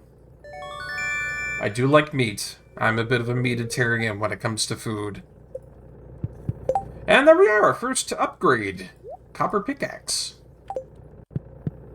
Now we can break tougher stones and such. And I'm looking forward to that too, because I want to get a whole bunch of iron. Which begs the question, maybe I should just go to the mines instead and wait on these bison seeds. Because I tell you guys, if I could get myself a good little source of coal and iron right now, that might not be so bad. Make a couple of sprinklers. I'd like that. I'd like that a lot. Horseradish. Meek. I was looking for one of these because I want to give these to Grandpa down the way. This is a great gift, thank you. Do you want something from me? I do. I wish to know your secret recipe for getting into trash cans. How do you get the lids off? It's a secret that many have cultivated for years, but not many know.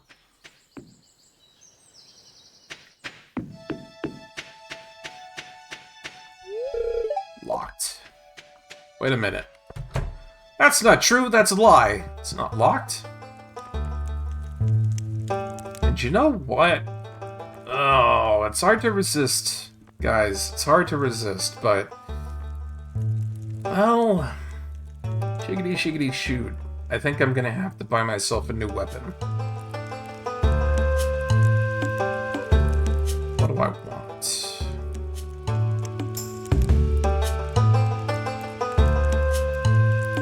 go with the Silver Saber. It's gonna be our weapon for today here. Pretty looking weapon, too. Plated with silver to deter rust. I figured by now we should have something that gives us a little bit more protection down here in the mines. Because we're going to start to encounter some real nasties down here. Speaking of which, all bats. And I still can't see jack shit.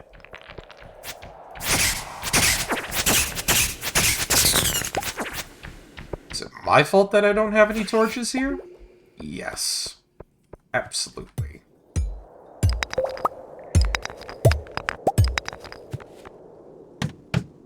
Never really liked these areas of the mine. Me neither. Yeah, it's a little too dark for my taste. I usually try to get through these as fast as I can.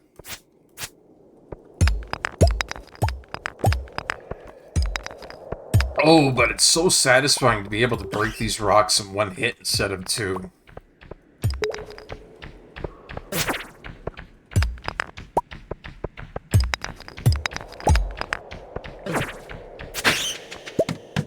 See, I can't see many of those bats coming at me. They usually fly at me and then I can't see them because they're all covered up in darkness. And it's a nuisance. So for me, I think the best way to do this is just to get down as fast as I can. The quicker we get through this subsection, the better.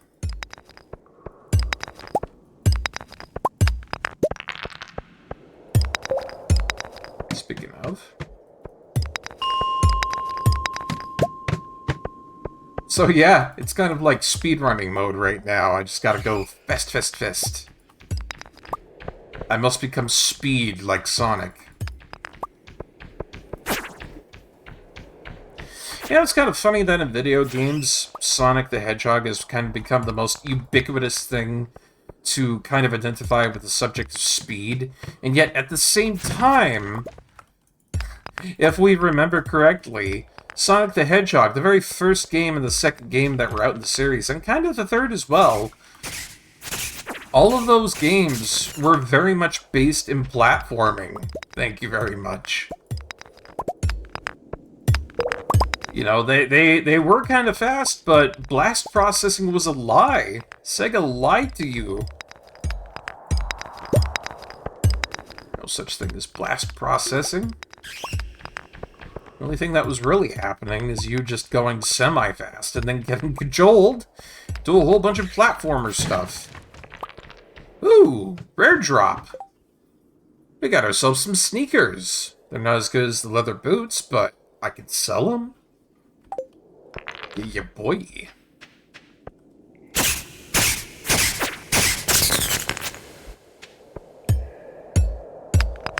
That each level was significantly longer than a Mario level, so technically, actually not even technically, a Mario by comparison there. I'm stuttering a little bit because it's so incredulous to read this fact. Could finish a level faster than a Sonic game could. How? Why?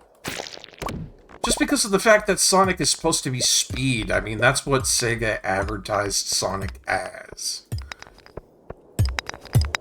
And it always put me off kilter just to learn that something that was supposed to be so zoom zoom fast really wasn't. We got lied to. They played us for fools. They played us like a damn fiddle.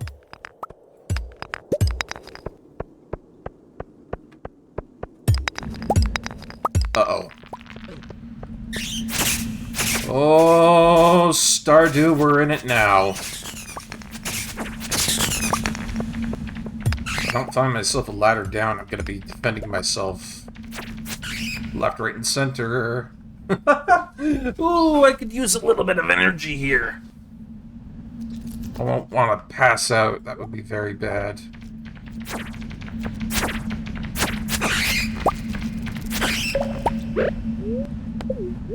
Eat the food.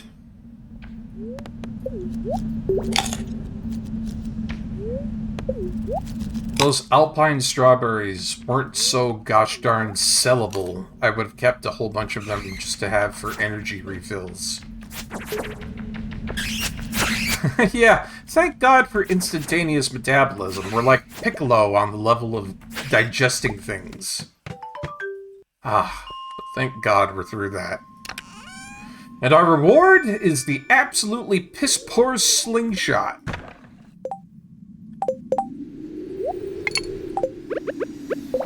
I don't really like the slingshot all that much. It's certainly not one of my favorites. But hey, on the other side of things, we're finally at a part of the mines here that I really like. You can find a lot of good stuff here. Monsters drop a lot of nice things on this level.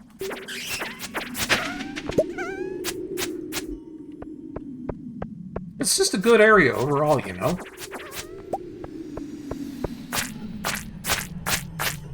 You never liked it, and usually you like ranged weapons. I think that was mostly because, starting off, whatever Concerned Ape did to it was really shitty for how it functioned.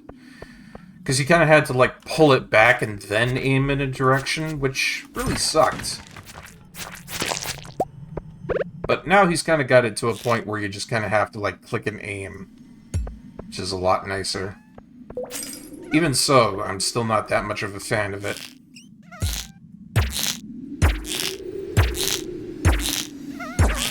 It does decent damage, I guess. Let me take out that bat from afar. Ah, you stupid bat.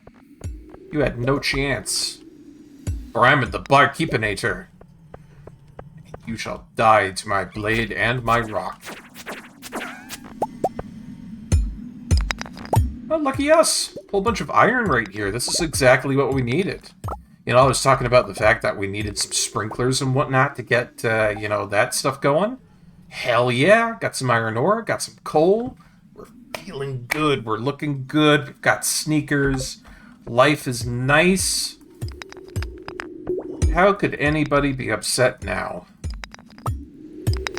I mean, there's lots of stuff you could be upset about, but I digress. Oh shit, I almost forgot. I could eat my roses if I really wanted to. Mmm, yum, flower. I don't know, I feel like I would look like a real psychopath if I tried to eat roses in the middle of the mine to try and stay alive. It just doesn't seem conducive to good health. You know what I mean? Yeah, you're gonna have to go, Daffodil. Just gonna have to go.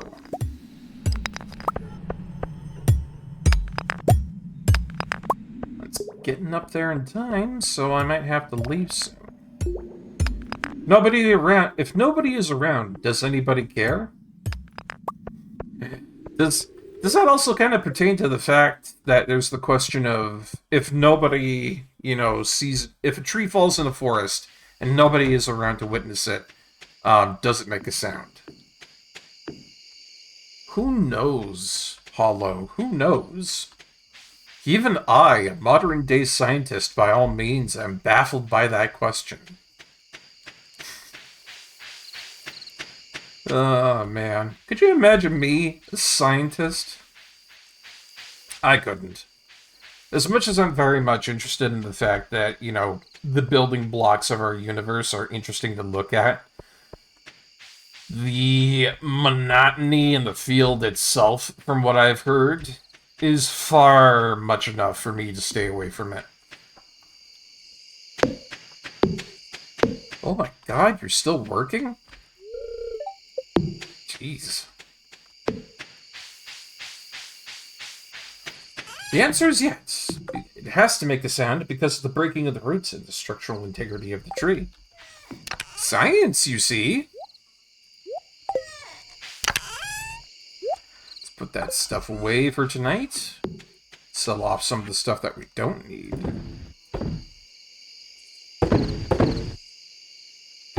Yeah, I'll sell those roses. They're not a big need for right now. Can I sell those little sneakers? No, I can't.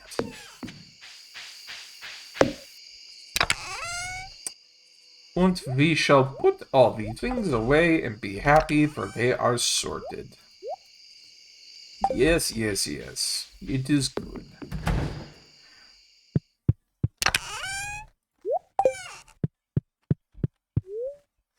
You live in the woods that's in a position of transitioning from fully grown trees in the next generation, and every windstorm and rainstorm causes a few to fall. You ever get freaked out by that? I'd imagine that if I were in such a position, I'd be a little bit spooked every time a tree went kerthunk, because I'd be worried about a branch or two coming through the top of my roof or through a window, you know? uh, Roses. They sell for 55 gold a pop. These are better as gifts. Only the multi-story black oak that's listing. Jeez. That sounds like a cause for an axe. Mayhapsonins. Well, well, well! Look at that, it's a well. Finally, I don't have to dick around with going all the way down and getting more water. Looks nice, I think.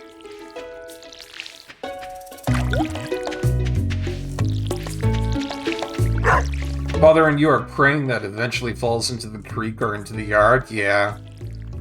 That would be probably the best resolution for it. Yeah, because yeah, it's a lot of money to get things cut down like that, especially, you know, hiring a professional to do that. And in those sorts of cases, you generally do want to hire a professional to cut down the tree for you. Because if you do it yourself and it ends up wrong, then I think you take on all liability, and then you're not in a good legal place for things like insurance and whatnot. Because an insurance company will be like, what were you doing not using a professional company to get rid of the tree, right?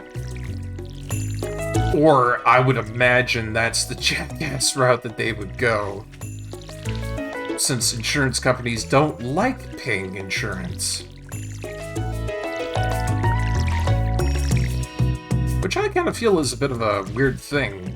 Kind of antithetical to the fact that they should be an insurance company. But I digress.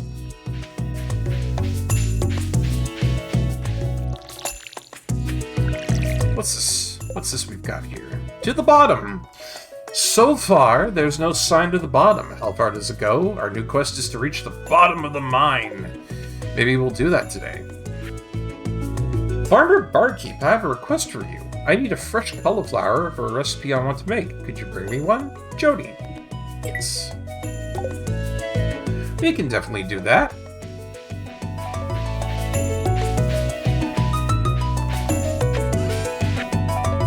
Sell off all that fruit because it's good for making money.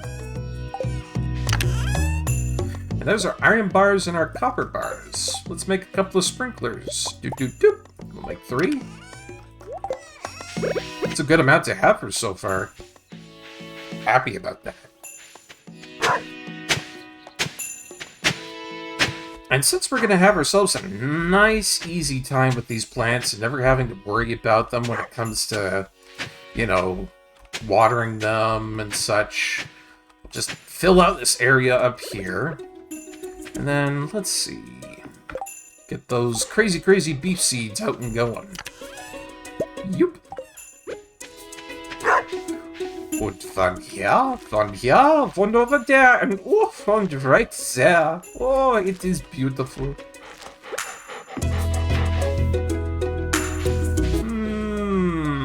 Yeah, I'll put one here anyways. I know it's not perfect, but yeah, why not? The automation of the farm has begun, ladies and gentlemen. We are embarking on a journey to become the most rich, filthy, filthy rich fools on the planet. Or moderately rich, anyways. And we'll get that cauliflower for Jody some other time, I would imagine. They're growing. We got them going. but they're not quite there just yet.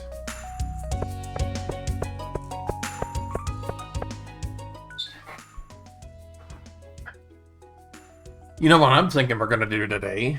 Is we're going to go up to the mines again, because we're in a very nice little subsection there. It's got a lot of good goodies in there. I'm very fond of the mine. I really am. It's one of those places I like to go to because it has a lot of good early game potential.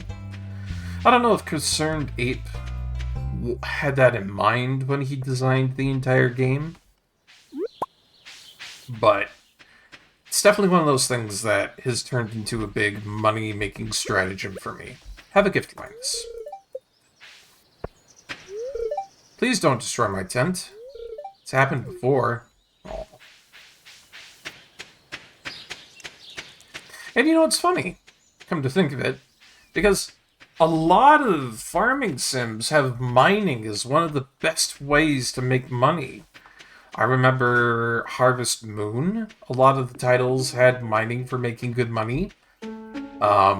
Especially the digging sort of minigame that you could do on the GameCube one. I remember that to be really good for money. And gifts, too, if you really felt like it. And then, of course, Room Factory came along, too, and then there's, like, tons of opportunities to mine for things in Room Factory. So, mining in that, oh, really good for getting money. The original mine was actually going to be one long procedurally generated area that you could start from the left side and work your way right. For Stardew, you say? Surprised. I imagine, though, that Concerned Ape tried to do that, and it turned out to be maybe not so great. Maybe took up a little bit too much CPU? Did a couple of crashes here and there? Yeah. That's the thing about procedural generation. They did it with a whole bunch of Noita, and even with that, it's not good. There's a lot of real code monkey stuff, I guess you could say. It's not perfectly formulated. And I think one of my biggest gripes with Noita right now is the fact that it is very unfriendly to multi-core systems. What is that? Rare disc? Well, I'll be.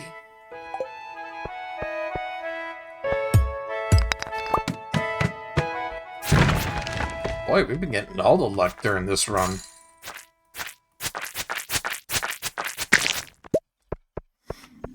More so it was buggy and it less had a sense of progression and purpose. Yeah, I get you. In a game like Stardew, progression and purpose is a very important thing, I'd imagine. Well, in fact, I wouldn't even say that I imagine it to be so, since I know it to be so. Because without sense of progression in a game like this, most stuff kind of falls by the wayside.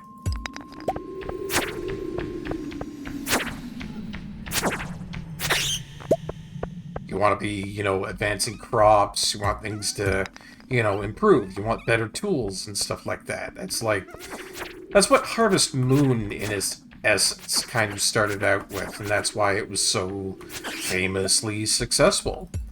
Is that you improved your farm, and it had a sense of accomplishment to it. It was the main driving force behind it, I would even say.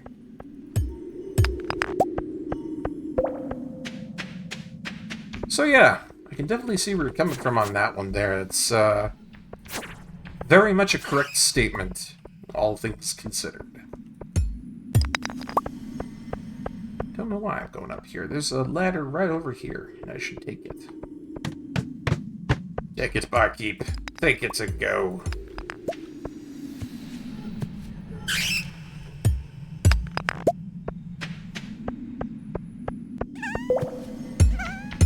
I think in the meantime, I've played a couple of farming sims out there that were not as great concerning progression and whatnot. Staxel is one of them that comes to mind. Had an old friend who gave me that one, and we tried it for a little bit. It wasn't terrible, but it also really wasn't all that great. One of the biggest problems I run into when it comes to chill farming sims on Steam is that a lot of them are brutally unfinished. They get released in a beta phase, and then you just don't have a good time, because you reach a certain level of progression,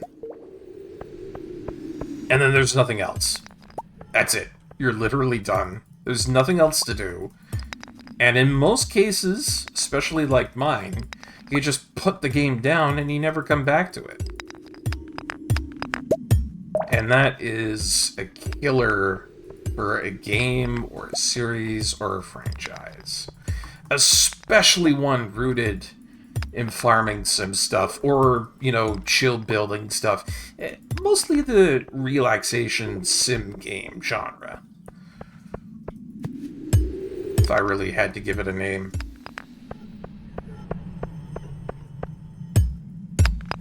And that's unfortunate because we've seen a lot of good ideas out there that just don't take form.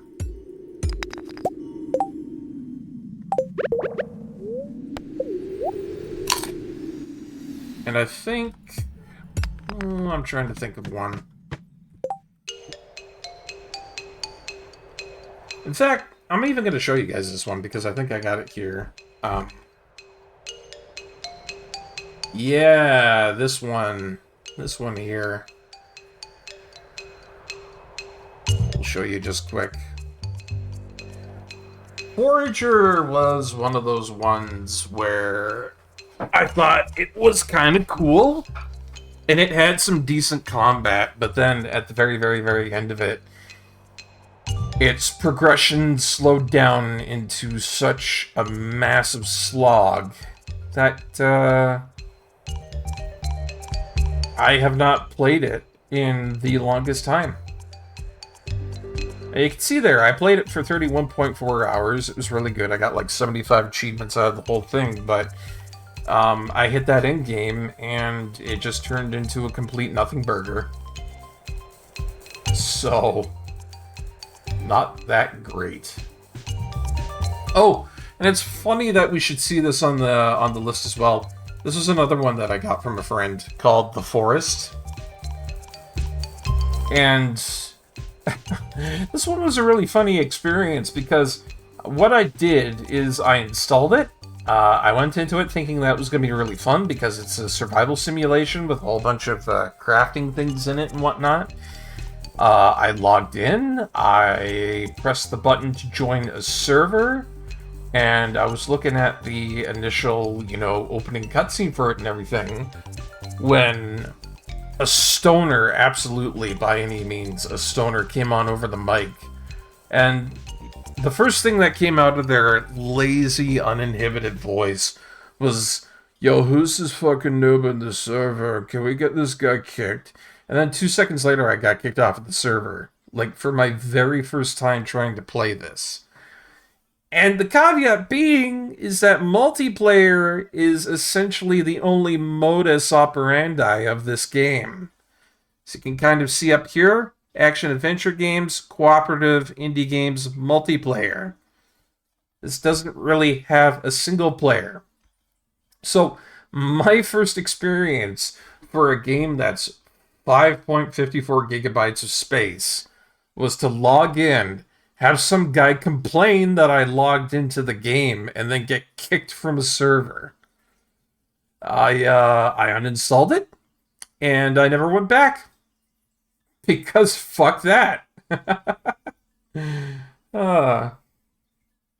You can play it solo, but it's better with a friend. See, I didn't know that when I installed it. Because the person who gave me this told me that, oh, it's just multiplayer. So that's what I kind of zoomed in on. So, again, really shitty first interaction with the entire game here. And ever since, I just decided I'm not going to come back to it because, you know, quite literally the first person I ran into on there was your usual, I don't know, Fortnite Rust player. smoking on a bong. You could hear the bubbling in the background. You know, terrible, terrible mic etiquette. It's one of those things that I really don't like, is if I get into a game or something like that and you can hear somebody in the background going like they're, you know, blowing into a straw into a glass of milk. It was a bad time for everybody involved, and that everybody involved just happened to be me, so. Yeah, that one got shit-canned because of bad experience. I might come back to it if I ever really do feel like it, but I have no strong initiative to come back near it anytime soon. And that's on the players in the community. That's their fault. Already 7 p.m. Can't get rid of that rare disc. That's unfortunate. I would have loved to give that to Gunther right now. Give that back to him as a little, nice little rare thing to donate to the museum, but nay, it shan't happen. Can I go down this way? I can't. And I think lots of other people have had experiences like that too, playing video games, where some of them are chronically online, and the first thing they get into is someone so wickedly unhappy about the fact that somebody new came into a server, and that you've just ruined their entire day. Their entire lives are completely shattered because you were new to a game. And on that note, we're going to take a little break here because we have some ads going on. So, we'll be right back.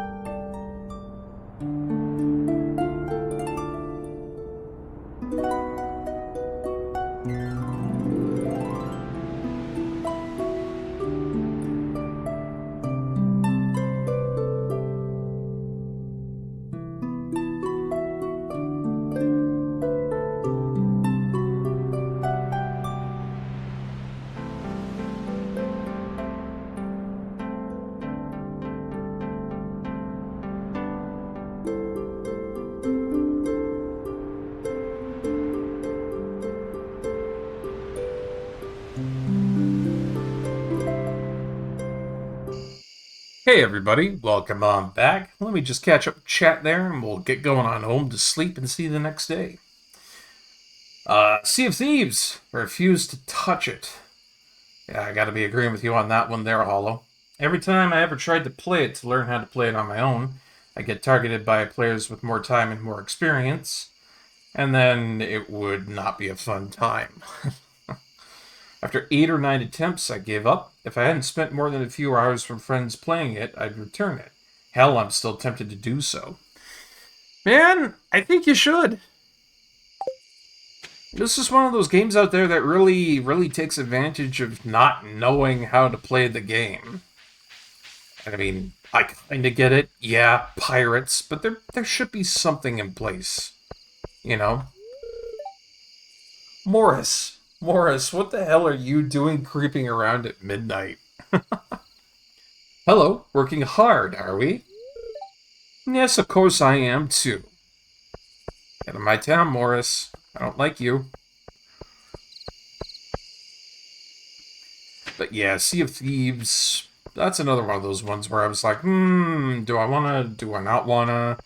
And then I think eventually the high price point kind of dissuaded me from getting it. So, I'm lucky that that happened, I think. Might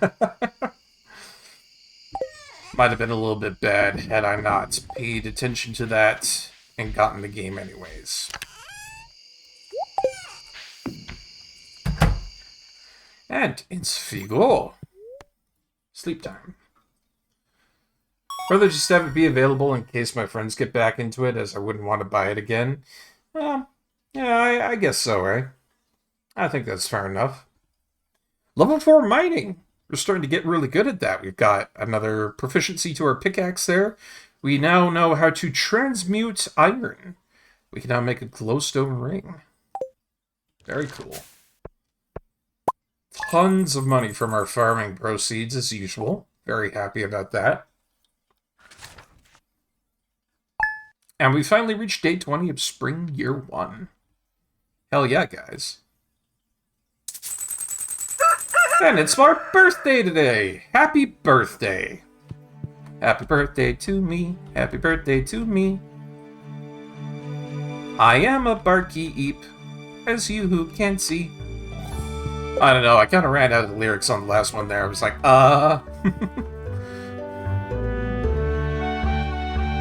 Woo, look at all that. Getting stuff done, things are being planted and grown. And I'm happy about that, because these sprinklers do their job so gosh darn well. We have a parsnip, too. Gotta save that parsnip. Choop.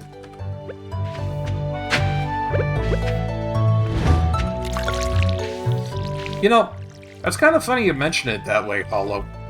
Because I used to be a very big Team Fortress 2 player back in the day.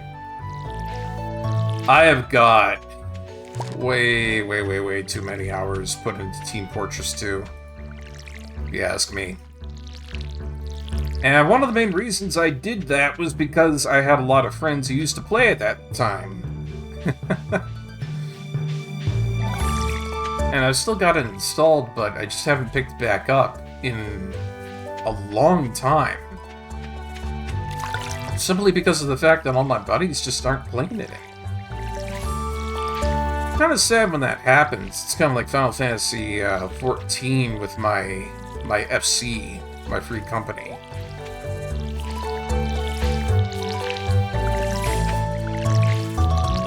But at the end of the day, real life tends to love to invade those sorts of things. And so, at the end of the day, I feel like I'm really lucky to the fact that, you know, I could stream like this, I could play video games like this. You know, normally, otherwise I couldn't. And it's kind of neat that I've got the chance and opportunity to do this sort of stuff. So,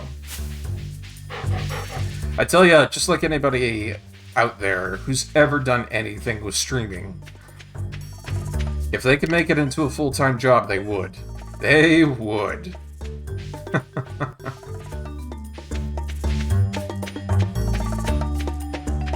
Yeah, TF2 wasn't bad for a good long while. I mean, let's take a look at that real quick, eh? I think I've got it on the list here. Yeah, here it is. Last time I played it was like June 8th. but I got 486.5 hours clocked onto there. And yeah, I've had a lot of fun with this. I even have a couple of really good achievements on there, like, you'll feel a little prick. Only 8.7 players have that achievement. Or Drugstore Cowboy. Have dispensers you created dispense combined amount of 100,000 health over your career. Only 7.5 of the players have that one. But yeah, a lot of stuff put into this game here, and then it just got really stagnant. There were no updates to it or anything. And it just became one of those things where it, ran out of favor, There was just nothing new. Nothing at all. December 15th, 2019, so not all that recent, yeah. I've got a letter. What does it say? Dear Barkeep, happy birthday, sweetheart. It's been amazing watching you grow into the kind, hard-working person that I've always dreamed you would become. I hope you continue to make many more fond memories with the ones you love. Love, Mom. Yes, here's a little something that I made for you. Birthday cake! Yay! Dear Barkeep, happy birthday, kiddo. It's been a little quiet around here on your birthday since you weren't around, but your mother and I know that you are making your grandpa and us proud. Both know that living on your own can be tough, but we believe in you 100%. Just keep following your dreams. Love, Dad. P.S. Here's some spending money to help you out on the farm. Good luck. 2,000 gold enclosed. Well, gee, thanks, Dad. That's very nice of you. Goodness golly gumdrops. I didn't think I'd get all that much, but hey, birthdays. Yay. Got a pink cake with a lot of energy and health recovery on it. And 2 kgs. Hell yeah. Well, with all that sorted out and settled down, how much iron do I have? Ooh, I got 5. Normally, I'd take this and go make myself an iron pickaxe, if I could. I don't think I have enough money. But, I don't know. Do I make this into sprinklers, or do I... I'm gonna go check. I'm gonna go check. I'm gonna see if I can't make this into an iron pickaxe. Because that would be sweet. I get a good feeling that I'm probably like 200 gold off. I think you need like 5,000 to be able to make the next tier. I could be wrong, though. I could be massively wrong.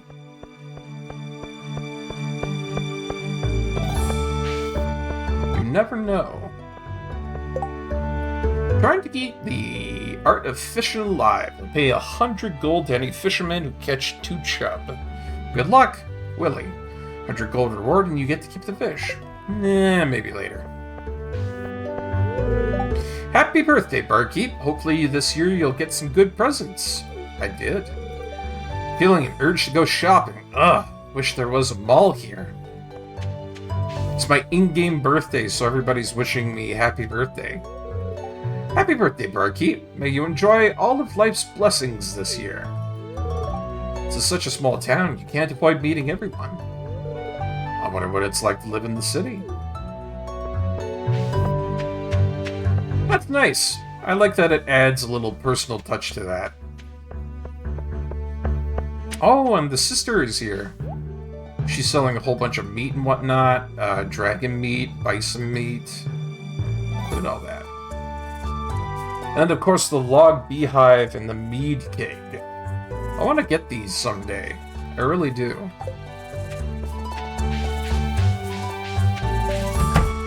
Oh yeah, I almost forgot to say, we got ourselves an achievement. Da-da-da-da, Greenhorn. Earn a whole bunch of money. Earn 15,000 G. That's what I was trying to say there. Yeah, sometimes you want to say something and your brain goes in a different direction and you short circuit. That's exactly what happened there. Brain no work good. There we go. wonder what Harvey's doing in here today. Happy birthday, Barkeep. Come in for a checkup sometime, alright? I want to make sure you'll see plenty more. Today's my day off, but I figure I shouldn't stay cooped up all day, he says in the library. Brain no good work, yes. This true, for sure, indefinitely, maybe sometime read go good? I don't know. A lot of books missing here. I want to read that one we just got, though. Ah, I'm foraging. The local woods and mountains are great places to find wild produce. A good forager will clear out any weeds, stumps, or stones from these areas, so the wild produce has plenty of space to grow. Expert foragers know the secret to cultivating wild food so that it can be grown on the farm. Isn't that amazing? It's okay. It's alright. I'm not going to say that it's like the Amadeus of getting good money. Yo, dude. Oh, hey, the mayor's here. I'm here to collect Clint's business tax. What, I don't get a happy birthday? Ah, damn, I am, honest to God, 200 short. What? Coal seeds? Copper frying pan? These are new. I never knew these existed. Coal seeds. That's something. I'm surprised. There's some interesting seeds all around. Wait a minute, though. I sell these bat wings. Yes! Thank you, merchant lady. Ah, ha, ha, ha, ha. Give to me that steel pickaxe. I'm a happy man today. I wonder if you can buy diamonds at this rate? Maybe. Gosh, I don't know. There's just so much integrated into this game now that we've put so many wonderful new and amazing mods into it. The whole new world. A whole new town for us to explore. Hey there, come to pet Dusty? Yeah, why not? If I could. Jerk. Oh yeah, there was something I wanted to try today. Hey Barkeep, happy birthday. Hopefully you enjoy the rest of the day and make sure you aren't a stranger at the saloon. Business was great last night. I'm pleased. Be sure to drop by again soon. So, this is a personal achievement that I feel like I should achieve. We're gonna go back to Steam for just a second there because I need to show you guys this. Because I feel like showing off tonight.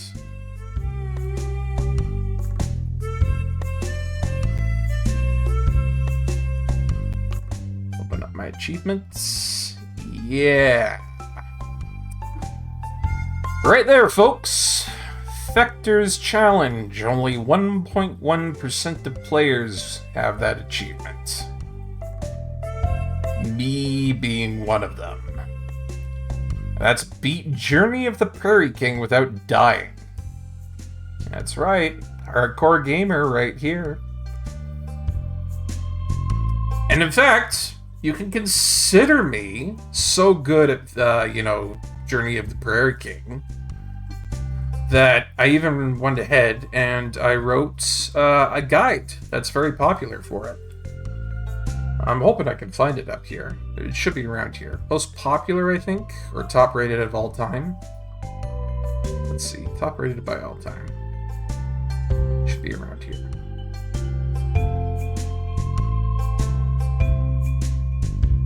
Let's see, where is it? I know it's a 5-star one.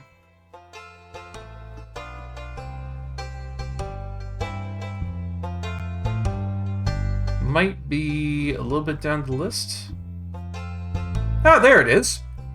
Journey of the Prairie King guide. I wrote a 5-star guide on that for Steam on how to beat the minigame. And it's up there. It's on the 3rd page of Steam on there. People have lauded me for my work on getting people up to the point where they could beat the game or beat it without dying as well. I made, good little work on that there. Put in some stuff for it. I put in the machine itself, a little bit of graphics here and there, showing off stages and all that. I wouldn't say it's the best guide in the world, but I do like it. It's a pretty gosh darn good one, I think.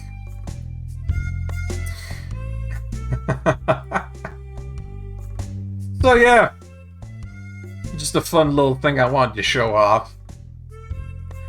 Because I know that's a bit of a difficult one to get, because Journey of the Prairie King is indeed a bit of a bullshit game. Like, it's kind of neat, just kind of showing it off. You shoot these little lizard guys coming on in, you try to get coins, you try not to die, and then there's items you can get for activating your spacebar,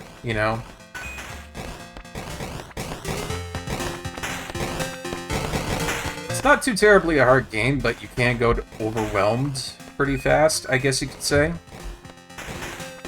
So you really got to make your shots count. Most people don't know going into this that you can shoot your bullets diagonally, and that's what gets most of them. They think it's just a, square way kind of shooter, like only crossfire,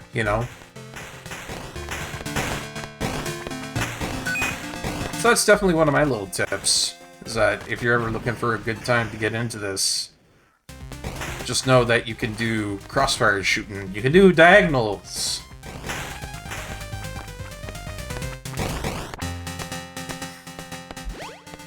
Oh boy.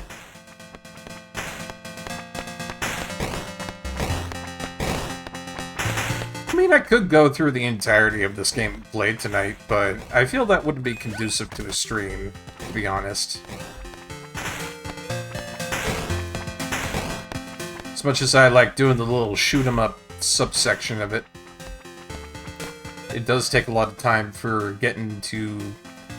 I believe there's 3 stages in it? Yeah, 3 stages overall.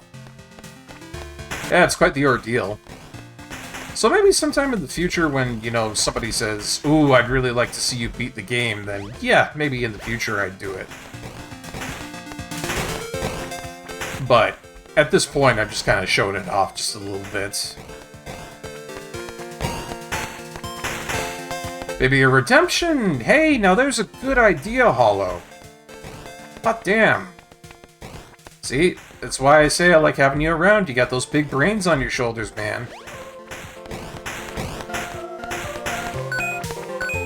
Then again, it's not really all that terrible to, beat this. You just gotta kind of have to know which upgrades you want to go for.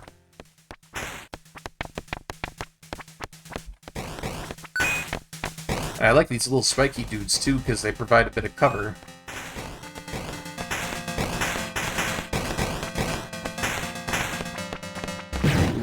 Gonna have to...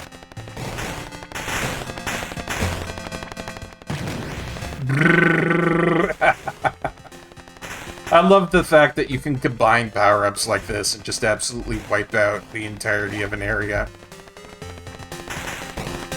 That's fun to me. Why, hello, curly-haired lady! For all the money that I have, I would like a better gun, thank you. Pachoo, pachoo, pachoo, pachoo. Ah, you know what, guys? I'm having such a good time with this, I might as well just play it, see how far I get. Let's go for it. I changed my mind. I like Journey of the Prairie King. It's not a terrible time for me. I like it a lot. Who knows, maybe we'll have a good time with it tonight. And I'll beat a whole bunch of stuff. Maybe even get through to the end of the game.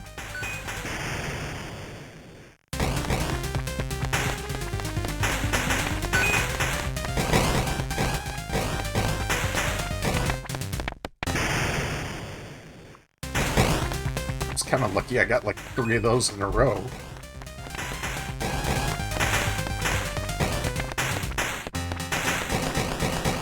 Oh, this is where it's gonna get tricky though. Or not. Oh, he got me on the side. Oh well. Nah, yeah, I changed my mind again there. I think a redemption would be a good idea for, you know, trying to beat that in a stream. Otherwise, I'm just more happy to be committed to playing some Stardew Valley. Happy birthday, Barkeep! Keep working hard, and I'm sure this next year will be a great one for you. Well, thank you, Shane. Thank you, thank you. And then in the next sentence, he's like, why are you bothering me? I want to be left alone, you dipshit. Why did you even bother talking to me? You idiot! You nincompoop! Ugh. Happy birthday, Barkeep! Oh, hello. May I help you? Sure you can. You can help me by giving me all of the money I ever want in the game.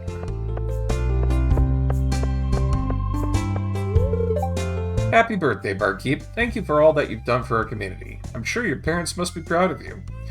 I mean, they are. Well, I host an aerobics class on Tuesdays in our living room. You can come if you'd like. Really? I get an invitation to that. I doubt I could actually use it, but it's neat.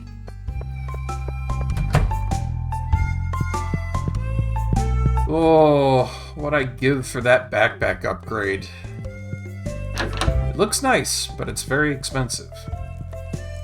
I tell you though, I'm really weirded out by the fact that this is glowing now.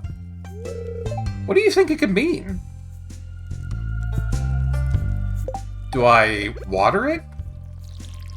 Do I gotta, like, make an offering to Yoba or something? Something about that is odd. There's another mystery of Stardew Valley sitting right there. Oh! Maybe I do need to speak to the wizard. That's a good point to make. Hello there, Barkeep. Rumor has it that it's your birthday today. In that case, happy birthday.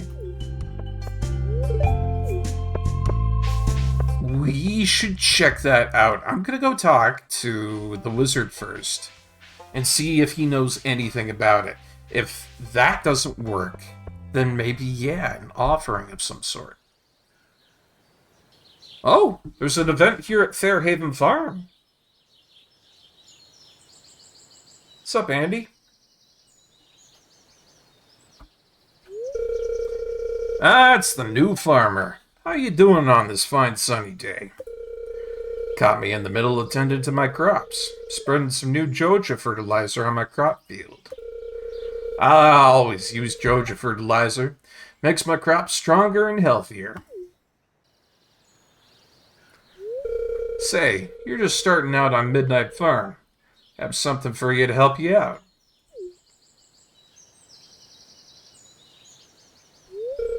Have some strawberry seeds for you. Fairhaven Farm strawberries have a good reputation in Grampleton and Chestervale. Me expressing my joy by jumping up and down. 3 feet into the air, more than usual. I'll be sending them your way once I have the time. These crops here have me occupied.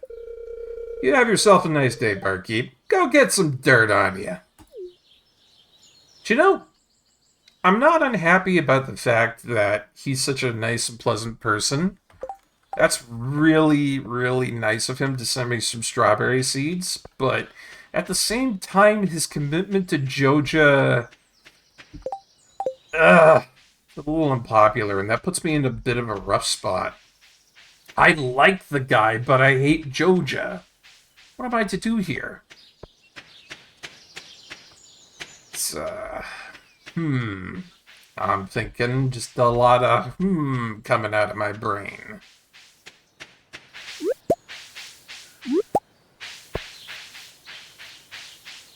Yeah. I don't know. I don't know how I'm gonna react to that guy. Speaking of, how are we doing? Oh, looks like a lot of people like me. I didn't think I'd be at one heart with so many people. Good stuff. Yo, Magic Man! Happy birthday, Barkeep. Never forget that you alone make your future. How did I know? I overheard a few of the locals conferring on what gifts to give you. I think you'll appreciate them. Beware, you are standing above a potent magical field. I built my hut right here on purpose, you know. Chest is locked. Locked chest. Interesting. Every time I come here, things are more and more interesting around here. Whoa! Hello?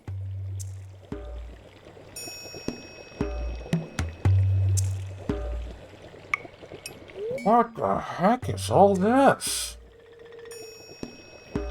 This room is filled with magical books.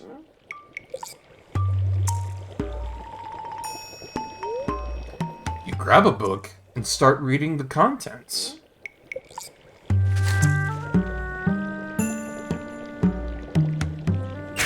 Whoa! What are you doing? Trespassing and reading your books without permission? I'm so sorry, I'm so sorry. I only allow those who I trust down here. The book in your hand is over 100 years old. It outlines the magical properties of a number of mystical plants. Recently, I was fortunate enough to obtain several seeds of ancient fruit, previously believed to be long extinct, and I'm cultivating them outside. I hope to study their arcane energies as they grow. Protagonist syndrome and Tex? Oh, that's a good way to put it.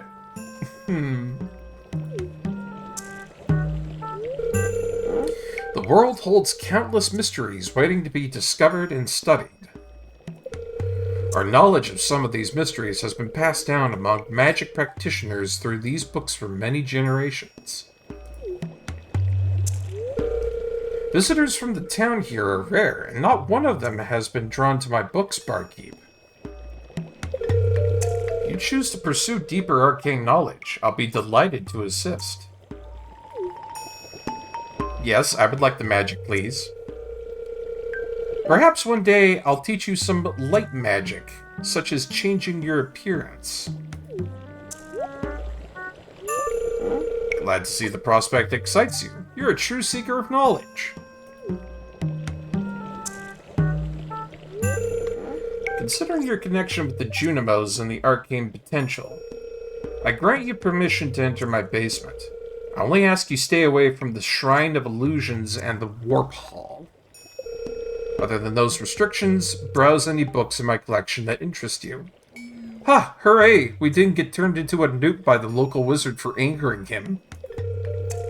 Don't open them too far, as it could crack the spines. Some of these books are many hundreds of years old.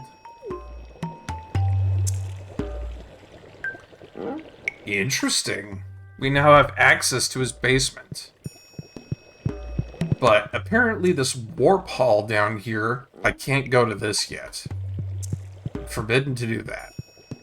And then he also told me to stay away from that horrifying thing over there. Let's see what we've got. Junimo Scroll. These are Junimo symbols you've never seen before. Interesting.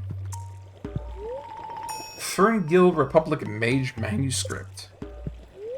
The Wizard's Compendium. Mastering Mana Channels. Ancient Plant Codex.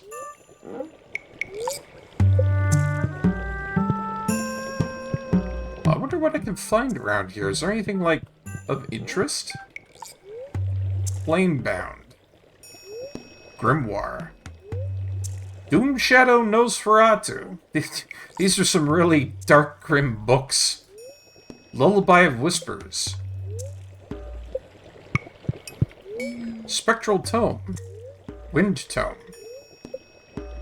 Fire Tome. Lightning Tome. I have no idea what any of this does.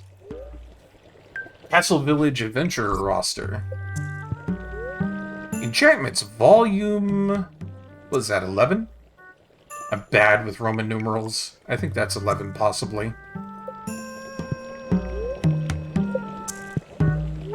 Oh, that's 9, right. Meh, my bad. Tales of the Dwarves. Enigma. Junimo Scroll. So, I guess there's a whole bunch of stuff around here, but I don't really know what any of it's really remotely used for. I'm gonna look at it. I was told not to come near this. Yeah, okay. It's kind of fair enough, but, you know, I'm wondering about all this stuff. Not in use.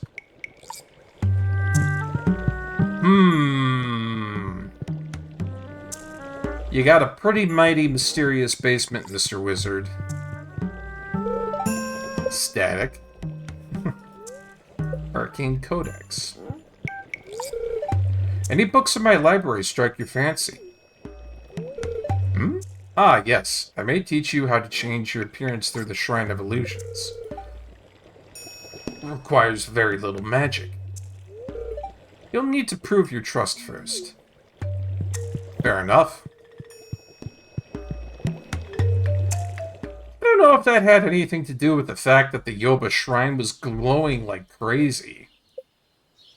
But who knows? Maybe I need to, like, cultivate a magic seed like this, like one of the ancient seeds, and then possibly give it to the Yoba Shrine? He did say they had magical properties.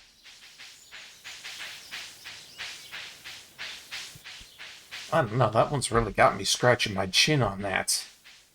I'm really quite mystified by the whole prospect of there being magic, a glowing shrine, and then an entire basement full of oddities.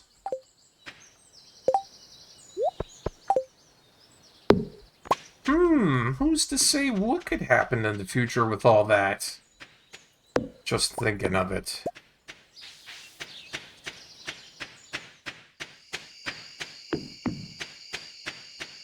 Well, here we are back at the farm. A lot of our rice seems to be ready, it seems. Or at least a good amount of it. I'd like to get some of the last ones here all grown up before I go harvesting willy-nilly.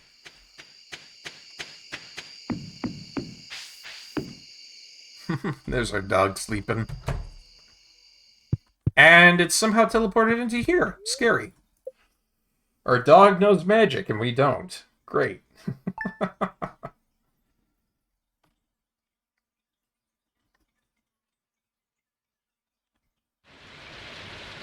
Rainy day, too. Well, guys, I think that's going to be it for tonight's stream. I hope you guys all had a very enjoyable time watching more Stardew Valley modded content and, you know, figuring out the secrets of the valley with me. I'd work towards improving the wizard's disposition with you. I agree. That's probably a good way to go forward with it. But yeah, I think that's going to be it for tonight's stream there. I'm happy that I was able to get on and do a stream tonight. Lord knows that I conked out pretty hard during the day. That kind of sucks, but, you know, you roll with what you got to energy and so forth. I'm hoping the next time I get on, we'll be playing some more Mega Man X Command Mission. I'm really, really wanting to try and get into more streams of that. So that's our prerogative. But if I don't get to a point where I have a lot of energy for that, then it will likely just be Stardew. If you see Stardew, you'll know what happened in the day. Oh. But anyways, thank you all for coming on in tonight. Thank you, Hollow. It's very much appreciated. I hope you all had a wonderful night. I hope you enjoyed the stream. We've gotten past 30 grand total of VODs on the YouTube. So very happy about that. And yeah, it's been good tonight here. So let's go ahead and find ourselves a raid target if there's anybody on. See who we get out of the roulette. Oh, Emmy Sissy. I like that lady. She does a lot of really cool retro stuff. And I mean, like, DOS retro stuff and whatnot. She's somebody I'm pretty fond of. So you're going to have a pretty damn good time watching her stream. Anyhoozle, guys, I hope you all have a good evening. Once again, it's my lovely, lovely, lovely Discord that has all the information for whether I'm live or not. Other than that, I hope you have a wonderful evening or morning, depending on where you are. Stay safe, stay fed, look after your family, your friends, and all those close to you. Make sure you stay warm in this cold winter weather. That's a real important one these times of days. And again, thank you so much for coming on to these streams. It absolutely makes my day having all the support and friends that I do when I do these live streams. Hell, I know I'm not the most popular guy on Twitch, but maybe someday I might be. And it's all due to the fact that I got wonderful people like you watching that makes it all the more worthwhile. Eh? Anywho, guys, y'all have a good time. As for me, I'm Barkeep, signing off once again for the night. Bye, folks.